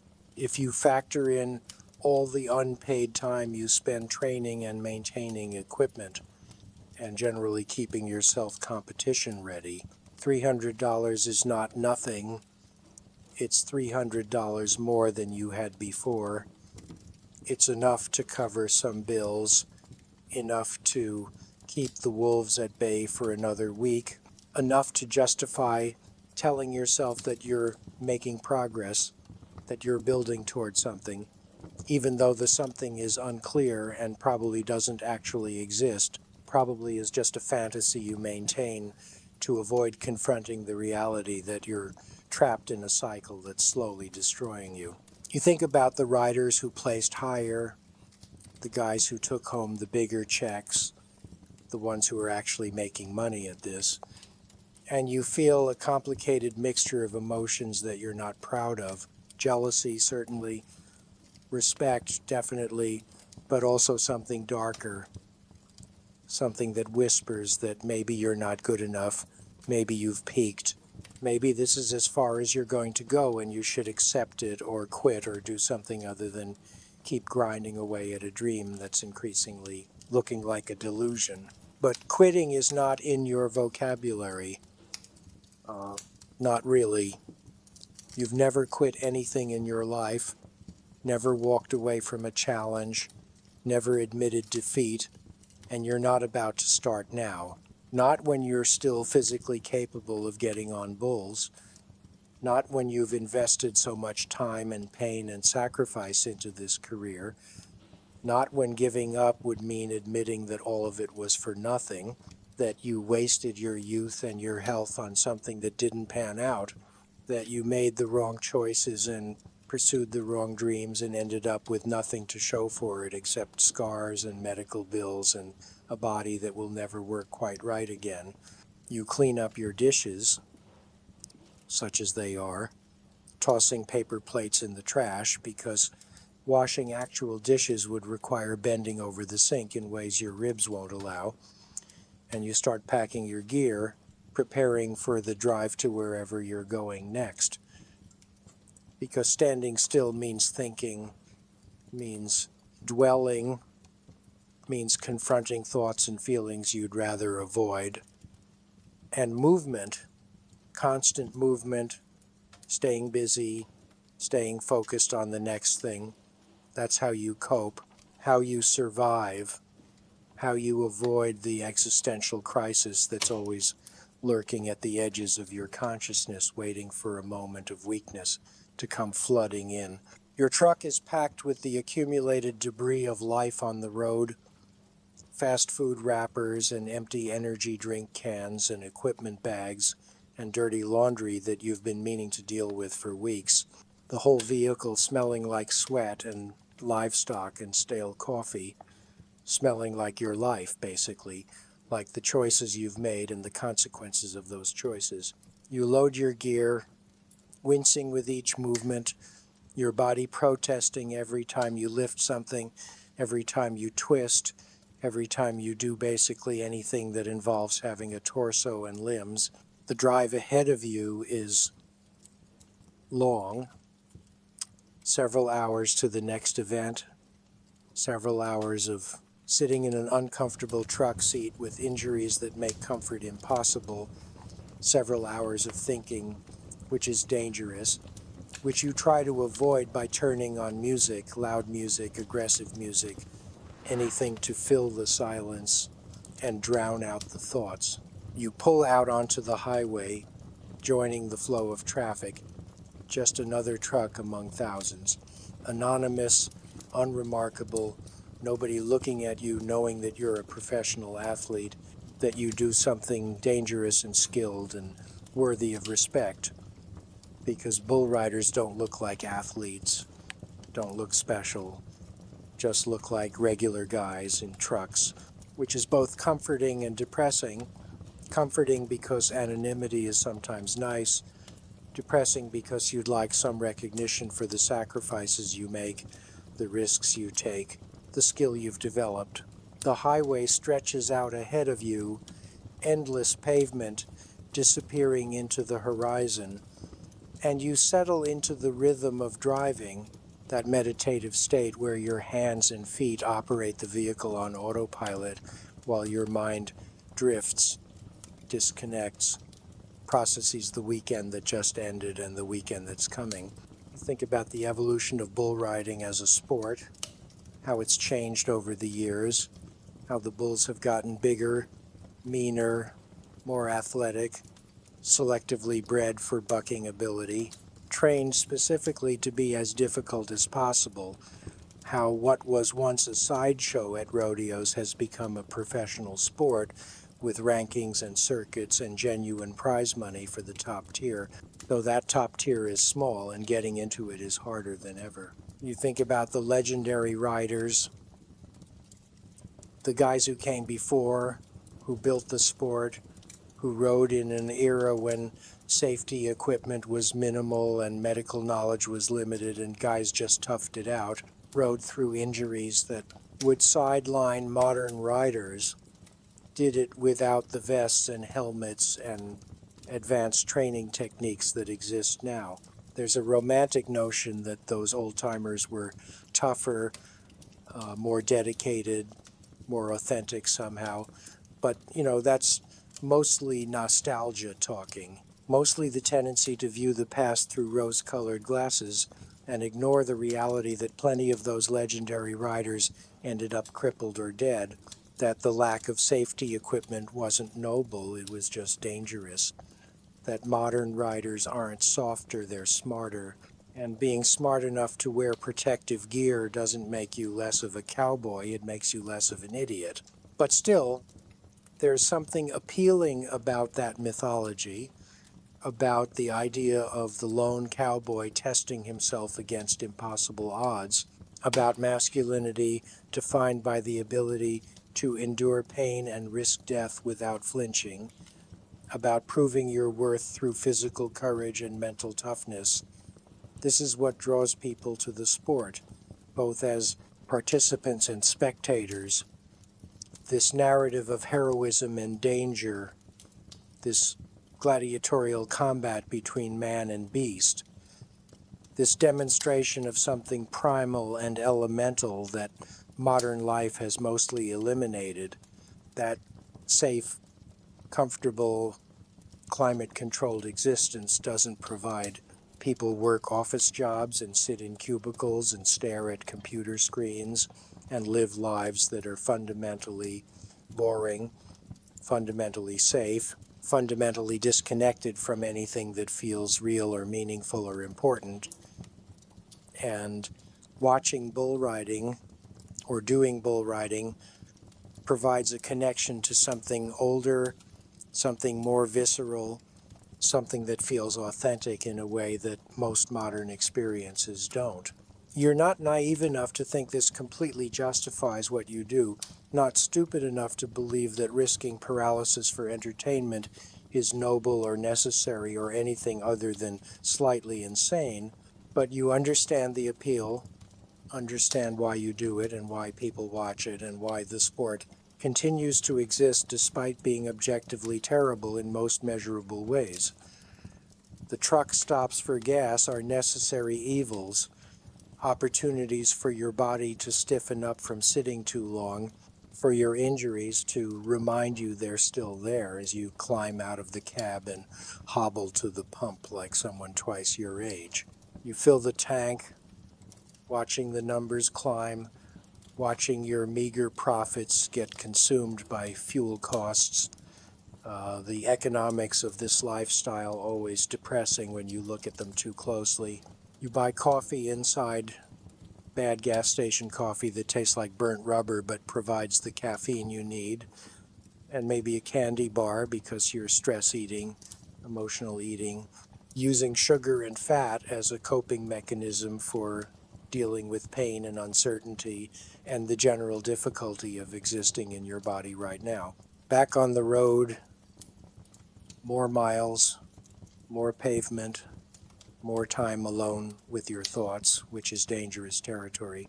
Fertile ground for doubt and regret and all the what-ifs that you usually keep locked away in a mental box labeled "do not open." What if you'd gone to college, gotten a degree, pursued a normal career? What if you'd listened to your parents, to your teachers, to everyone who told you that professional bull riding was a pipe dream, a fantasy, not a realistic career path? What if you'd been smarter, more careful, quit after your first serious injury instead of pushing through, instead of convincing yourself that this was just part of the journey, just paying your dues, just temporary setbacks on the road to success? Would you be happier? Would you be healthier? Would you be more financially secure, more emotionally stable, more capable of maintaining relationships and building a life that makes sense according to conventional standards? Probably yes to all of the above. But you also know that you'd be different, fundamentally different, that the experiences you've had and the things you've done and the person you've become through this sport, for better or worse, that's who you are now. And you can't imagine being anyone else, can't conceive of a version of yourself that took the safe path, the smart path, the path that leads to retirement accounts and health insurance and a house in the suburbs. That version of you would be alien, unrecognizable, might be happier and healthier, but would also be missing something, would lack something essential that you've gained through all this suffering, this intimate knowledge of your own limits, this understanding of what you're capable of enduring, this confidence that comes from repeatedly facing death and walking away, this sense of having really lived instead of just existed, of having done something difficult and dangerous and meaningful, even if the meaning is hard to articulate and probably doesn't make sense to anyone who hasn't done it themselves. The landscape changes as you drive, flat plains giving way to rolling hills, the scenery shifting in ways you barely register because you've driven this route before, driven hundreds of routes like it, the geography of America becoming a blur of highway exits and truck stops and arena parking lots, everywhere becoming nowhere, place losing meaning when you're always moving, always traveling, never staying anywhere long enough to put down roots or form attachments or build anything permanent. You pass through small towns that all look the same, main streets with the same chain, restaurants and gas stations, communities that have been hollowed out by economic forces you don't fully understand but can see the effects of abandoned buildings and closed businesses and a general sense of decline, of better days in the past and uncertain prospects for the future. These are the places where rodeo still matters, where bull riding is still celebrated, where the values of toughness and independence and cowboy culture still resonate, where you can still be a hero for doing something that coastal elites and urban intellectuals think is barbaric and stupid. There's a cultural divide in America, always has been, but it feels wider now, deeper now, between people who think bull riding is an important tradition worth preserving and people who think it's animal abuse and human stupidity combined into one morally questionable spectacle. And you're firmly on one side of that divide, not because you've thought deeply about the ethics and philosophy, but because this is your life, this is your culture, this is who you are and where you come from, and defending it is defending yourself, justifying it is justifying your own choices, and admitting that maybe it's problematic would be admitting that maybe you've wasted your life on something that shouldn't exist, which is not a thought you're willing to entertain. Your phone rings, interrupting your spiral into philosophical contemplation, and you answer it hands-free because you're not stupid enough to text and drive, not after seeing what car accidents can do to the human body, after spending enough time in emergency rooms to develop a healthy respect for traffic safety, even if you have no respect for personal safety in other contexts. It's another rider, a friend, a guy you came up with, started competing around the same time, someone who understands this life without needing explanations. He's checking in, making sure you made it through the weekend okay, comparing notes on injuries and performances and the general state of affairs in the professional bull riding world. The conversation is easy, comfortable, the way conversations between old friends are. filled with inside jokes and shared references and the kind of shorthand that develops between people who've been through the same experiences. He tells you about his ride, about the bull he drew, about how he got thrown in 5 seconds but walked away clean, no injuries, which is a victory in its own right. Sometimes not getting hurt is the best outcome you can hope for. You tell him about your ride, about making the 8, about the score, about how your hand is destroyed and your ribs are probably cracked, but you're functional. You'll be ready for next weekend. You're not missing any events. You're committed to the season, to the ranking, to the pursuit of whatever it is you're all pursuing. He mentions another rider, a mutual friend, who's talking about retirement, who's had one too many concussions, and his doctor is saying if he keeps riding, he might end up with permanent brain damage, might end up with early onset dementia or chronic traumatic encephalopathy or one of those scary neurological conditions that turns you into a different person, that steals your memories and your personality and leaves just a shell that looks like you but isn't really you anymore. This is sobering news. The kind of thing that should make you reconsider your own choices, but instead just makes you sad, makes you think about mortality and fragility and the fact that you're all one bad wreck away from catastrophe, all balancing on a knife edge between being functional athletes and being cautionary tales. The conversation winds down with promises to meet up at the next event, to grab dinner or drinks or whatever passes for socializing in your world, to continue being there for each other in whatever capacity you can, because the bonds between riders are real, are meaningful, are one of the few genuinely good things about this profession. The fellowship that comes from shared suffering, from mutual understanding, from being part of a tribe that nobody else really gets. You hang up feeling slightly better, slightly less alone, slightly more connected to something larger than yourself, which is good because the alternative is feeling isolated and adrift and questioning everything, which is where you were headed before the phone rang. You think about community, about belonging, about how humans are social creatures who need connection and how this lifestyle makes connection difficult but also makes it more valuable, more precious. Because when you do find people who understand, who get it, who can relate to what you're going through, those relationships matter more than casual friendships ever could. Those bonds are forged in pain and risk and shared experience in ways that normal relationships just aren't. You arrive at your destination, wherever that is, another town, another arena, another week of preparation for another event, the cycle continuing, the wheel turning, the machine grinding forward whether you're ready or not. You find a place to park your trailer, another friend's property, or maybe a cheap RV park, somewhere you can stay for a few days while you recover and train and prepare, somewhere that provides the minimum necessary infrastructure for existence without costing so much that it negates whatever profit you might make from competing.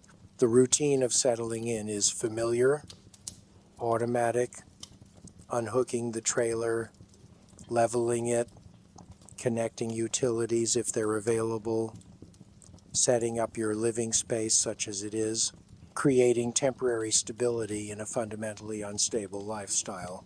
You're tired, exhausted really, the kind of tired that sleep helps but doesn't cure, the kind of tired that's become your permanent state of being, baseline exhaustion punctuated by moments of extreme exhaustion when you're competing or training or doing anything more strenuous than sitting still. You should probably work out, should maintain your conditioning, should do the exercises your physical therapist recommended back when you could afford physical therapy, should take care of your body the way professional athletes are supposed to, but you're too tired, too sore, too worn down, and you tell yourself you'll do it tomorrow, you'll start tomorrow, you'll be better tomorrow, knowing full well that tomorrow you'll feel the same way and make the same excuses, and the cycle will continue. Instead, you just rest, lying on your bed that's not really a bed, more like a narrow shelf with a thin mattress, staring at the ceiling of your trailer, listening to the sounds of wherever you are. Dogs barking in the distance, traffic on nearby roads, the wind moving through trees or across open plains, depending on geography. You think about nothing and everything, your mind drifting, processing, trying to make sense of choices that don't make sense, trying to find meaning in suffering, trying to justify a lifestyle that appears from the outside to be objectively irrational. And maybe it is irrational. Maybe you are crazy. Maybe everyone who has ever questioned your choices was right and you were wrong. But here's the thing. Even if they're right, even if this is stupid and dangerous and financially ruinous and ultimately pointless, it's you're stupid, you're dangerous, you're pointless, and at least you're doing something. At least you're living according to your own terms. At least you're not spending your life in quiet desperation wondering what if. At least you're answering that question, finding out what you're capable of, testing yourself against something real and difficult and unforgiving. The 8 seconds, those perfect 8 seconds when everything else disappears and it's just you and the bull and pure present moment existence, that's what you're chasing.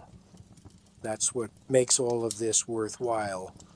That feeling of being completely alive, completely present, completely engaged in something that matters, even if it only matters because you've decided it matters, even if the importance is arbitrary and self-created and ultimately meaningless in the grand scheme of things.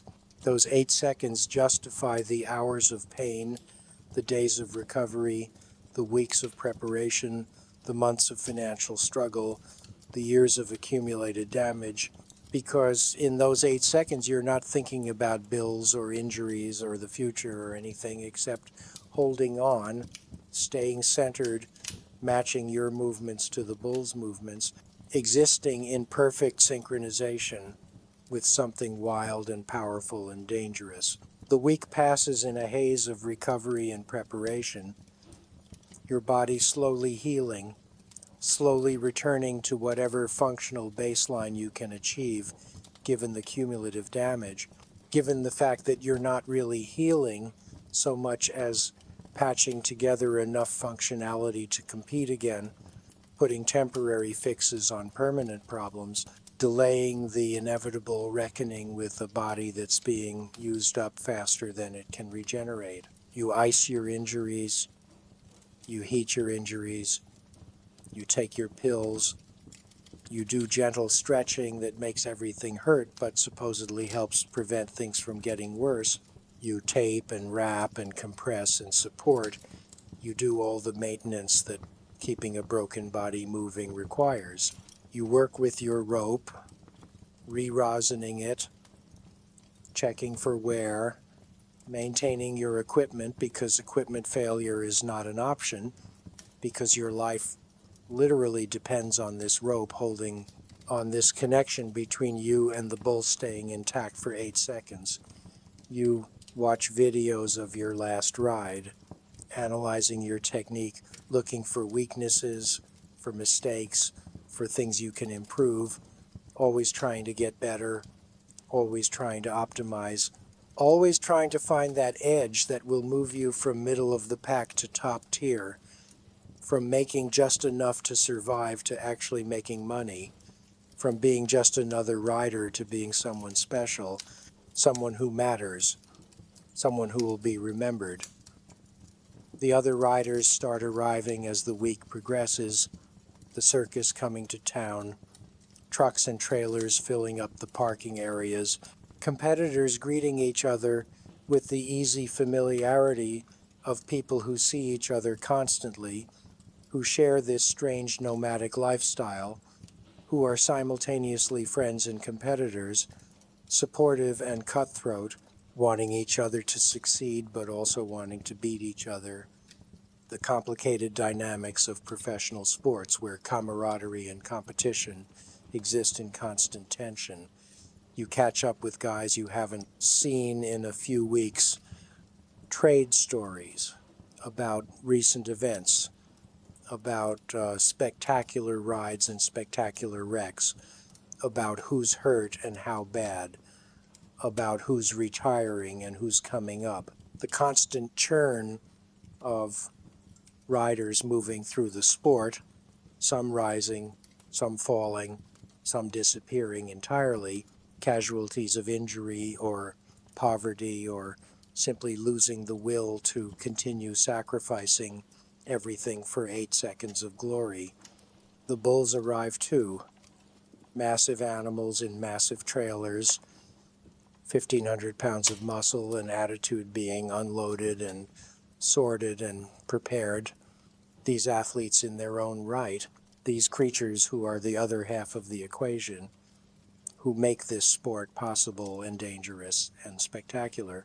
You watch them with a mixture of respect and apprehension, these animals who you'll soon be climbing onto, who will soon be trying to remove you from their backs with prejudice, who are fundamentally unpredictable despite all the studying and analyzing and preparation, because they're living creatures with their own personalities and moods and variations in performance, not machines that behave consistently, not predictable entities that can be fully understood and controlled. Some bulls are professionals. They come out of the gate. They buck hard but fairly. They do their job and then they're done. They return to their pens without drama. Athletes doing their part of the show.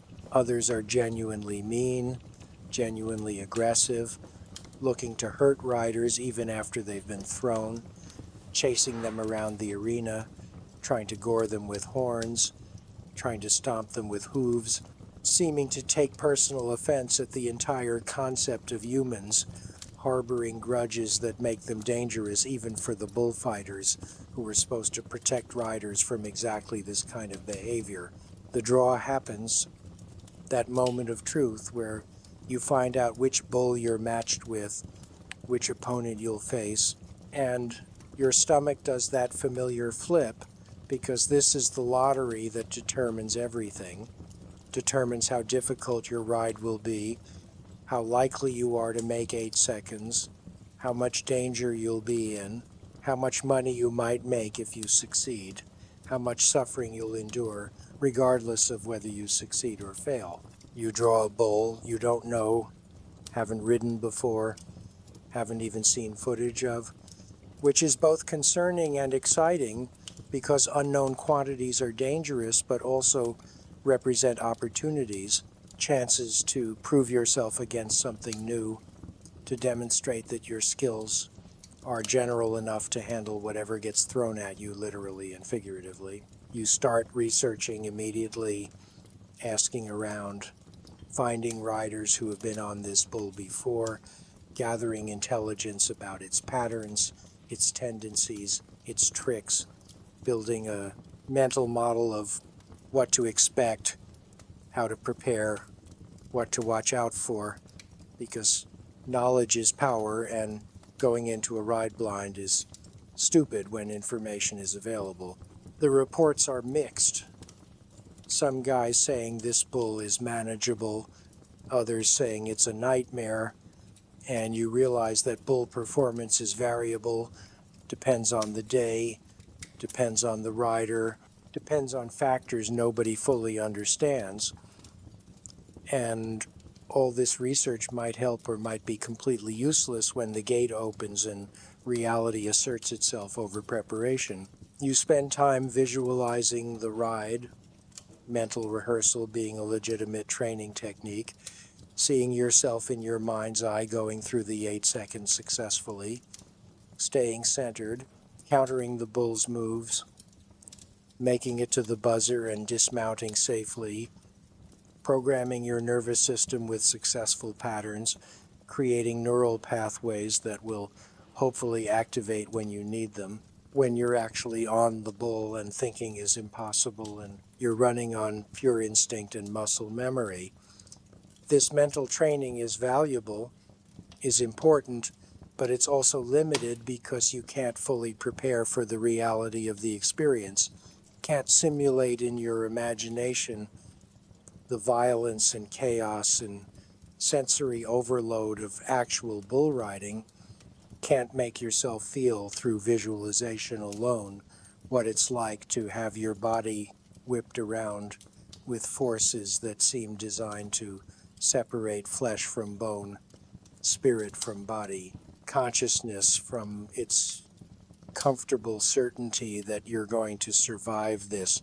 The night before competition is always rough, always restless, your body knowing what's coming, your nervous system gearing up, adrenaline starting to flow even though the actual event is hours away, your sleep disrupted by anxiety, dreams, and physical discomfort, and the general impossibility of relaxing when you know that tomorrow you're going to deliberately put yourself in danger, going to voluntarily climb onto an animal that wants to hurt you, going to once again test the limits of your courage and skill and pain tolerance, going to add to the accumulated damage that defines your existence.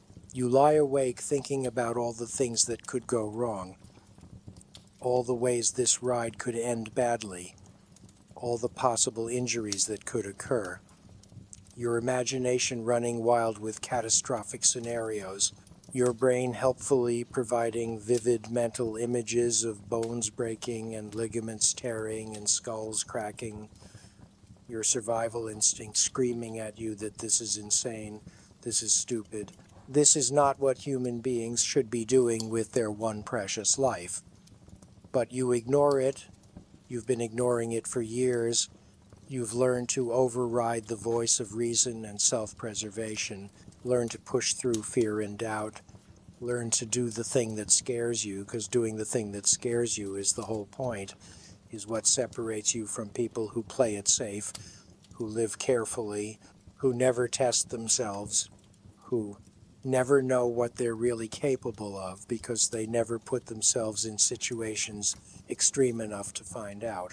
Morning comes again, competition day again, the cycle repeating, and you go through the same routine, the same preparations, the same rituals that have become as automatic as breathing, your body moving through familiar motions while your mind spins with anticipation and dread. The cocktail of emotions that has become your normal state before every ride, every event. Every time you do this thing that you've done hundreds of times, but that never gets routine, never gets boring, never stops being terrifying on some fundamental level, even as you've learned to function through the fear, to use it, to channel it into focus and energy rather than letting it paralyze you. You arrive at the arena and it's the same as every other arena, different location, but same smells, same sounds, same energy, same collection of broken cowboys preparing to break themselves further in pursuit of something that probably doesn't make sense to anyone who hasn't lived it, who hasn't felt it, who hasn't experienced those 8 seconds and understood why someone would endure everything else to get there. Your ride comes, your name is called, you make your way to the chute, you climb onto the bull, you go through the wrapping process, the settling process, the moment of preparation before the gate opens and chaos begins, and in those final seconds before you nod your head and signal that you're ready, you have a moment of clarity, a moment where you see yourself from outside, see this whole ridiculous situation for what it is, a grown adult about to be thrown around by a large animal for entertainment and minimal financial compensation. And part of you wants to laugh at the absurdity of it. Part of you wants to climb back off and walk away and choose literally any other way to spend your time and risk your life. But you won't, you can't. Because this is who you are, this is what you do, this is the choice you've made and keep making despite all evidence that it's a terrible choice. And so you take a breath, you center yourself, you find that place of calm focus that exists in the eye of the hurricane, and you nod, you shout outside, the gate swings open, and once again you're riding, once again you're in those 8 seconds, once again everything else falls away, and it's just you and the bull and pure existence, pure presence, pure life, concentrated into a span of time so brief, it's almost not real. And yet more real than anything else. You'll experience more vivid, more immediate, more important in some fundamental way that you can't explain and don't need to explain because you're living it, you're doing it, you're surviving it. And when the buzzer sounds and you dismount and you're standing on solid ground again with your body intact and your consciousness continuous and your life still your own, you feel that rush, that euphoria, that sense of having cheated death one more time, having proven something one more time, having earned another 8 seconds to add to your collection, another moment of perfect presence to justify all the moments of imperfect pain. And you know you'll do it again next week, next month, next year, as long as your body holds together, as long as you can still climb onto bulls, as long as you can still find that place inside yourself that's willing to risk everything for 8 seconds of something that feels like the opposite of death, feels like being fully alive in a way that normal life never provides. And maybe that makes you crazy, probably makes you crazy, definitely makes you someone who wouldn't last a day if you tried to do what they do, if you tried to live this life, if you tried to be a professional bull rider. Because this isn't just a job, isn't just a sport, isn't just a choice. It's a calling, a compulsion, a need that can't be satisfied any other way, and you've built your entire existence around it, sacrificed everything for it, and you wouldn't change it, couldn't change it, because those 8 seconds, those perfect, impossible, terrifying, beautiful 8 seconds, they're worth it, they're always worth it, they'll always be worth it, until the day they're not, until the day your body says no more, until the day you can't do this anymore. But that day is not today.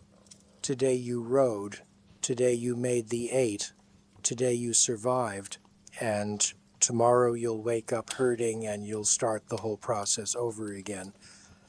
Because this is what you do, this is who you are, this is the life you've chosen, and you wouldn't last a day doing anything else.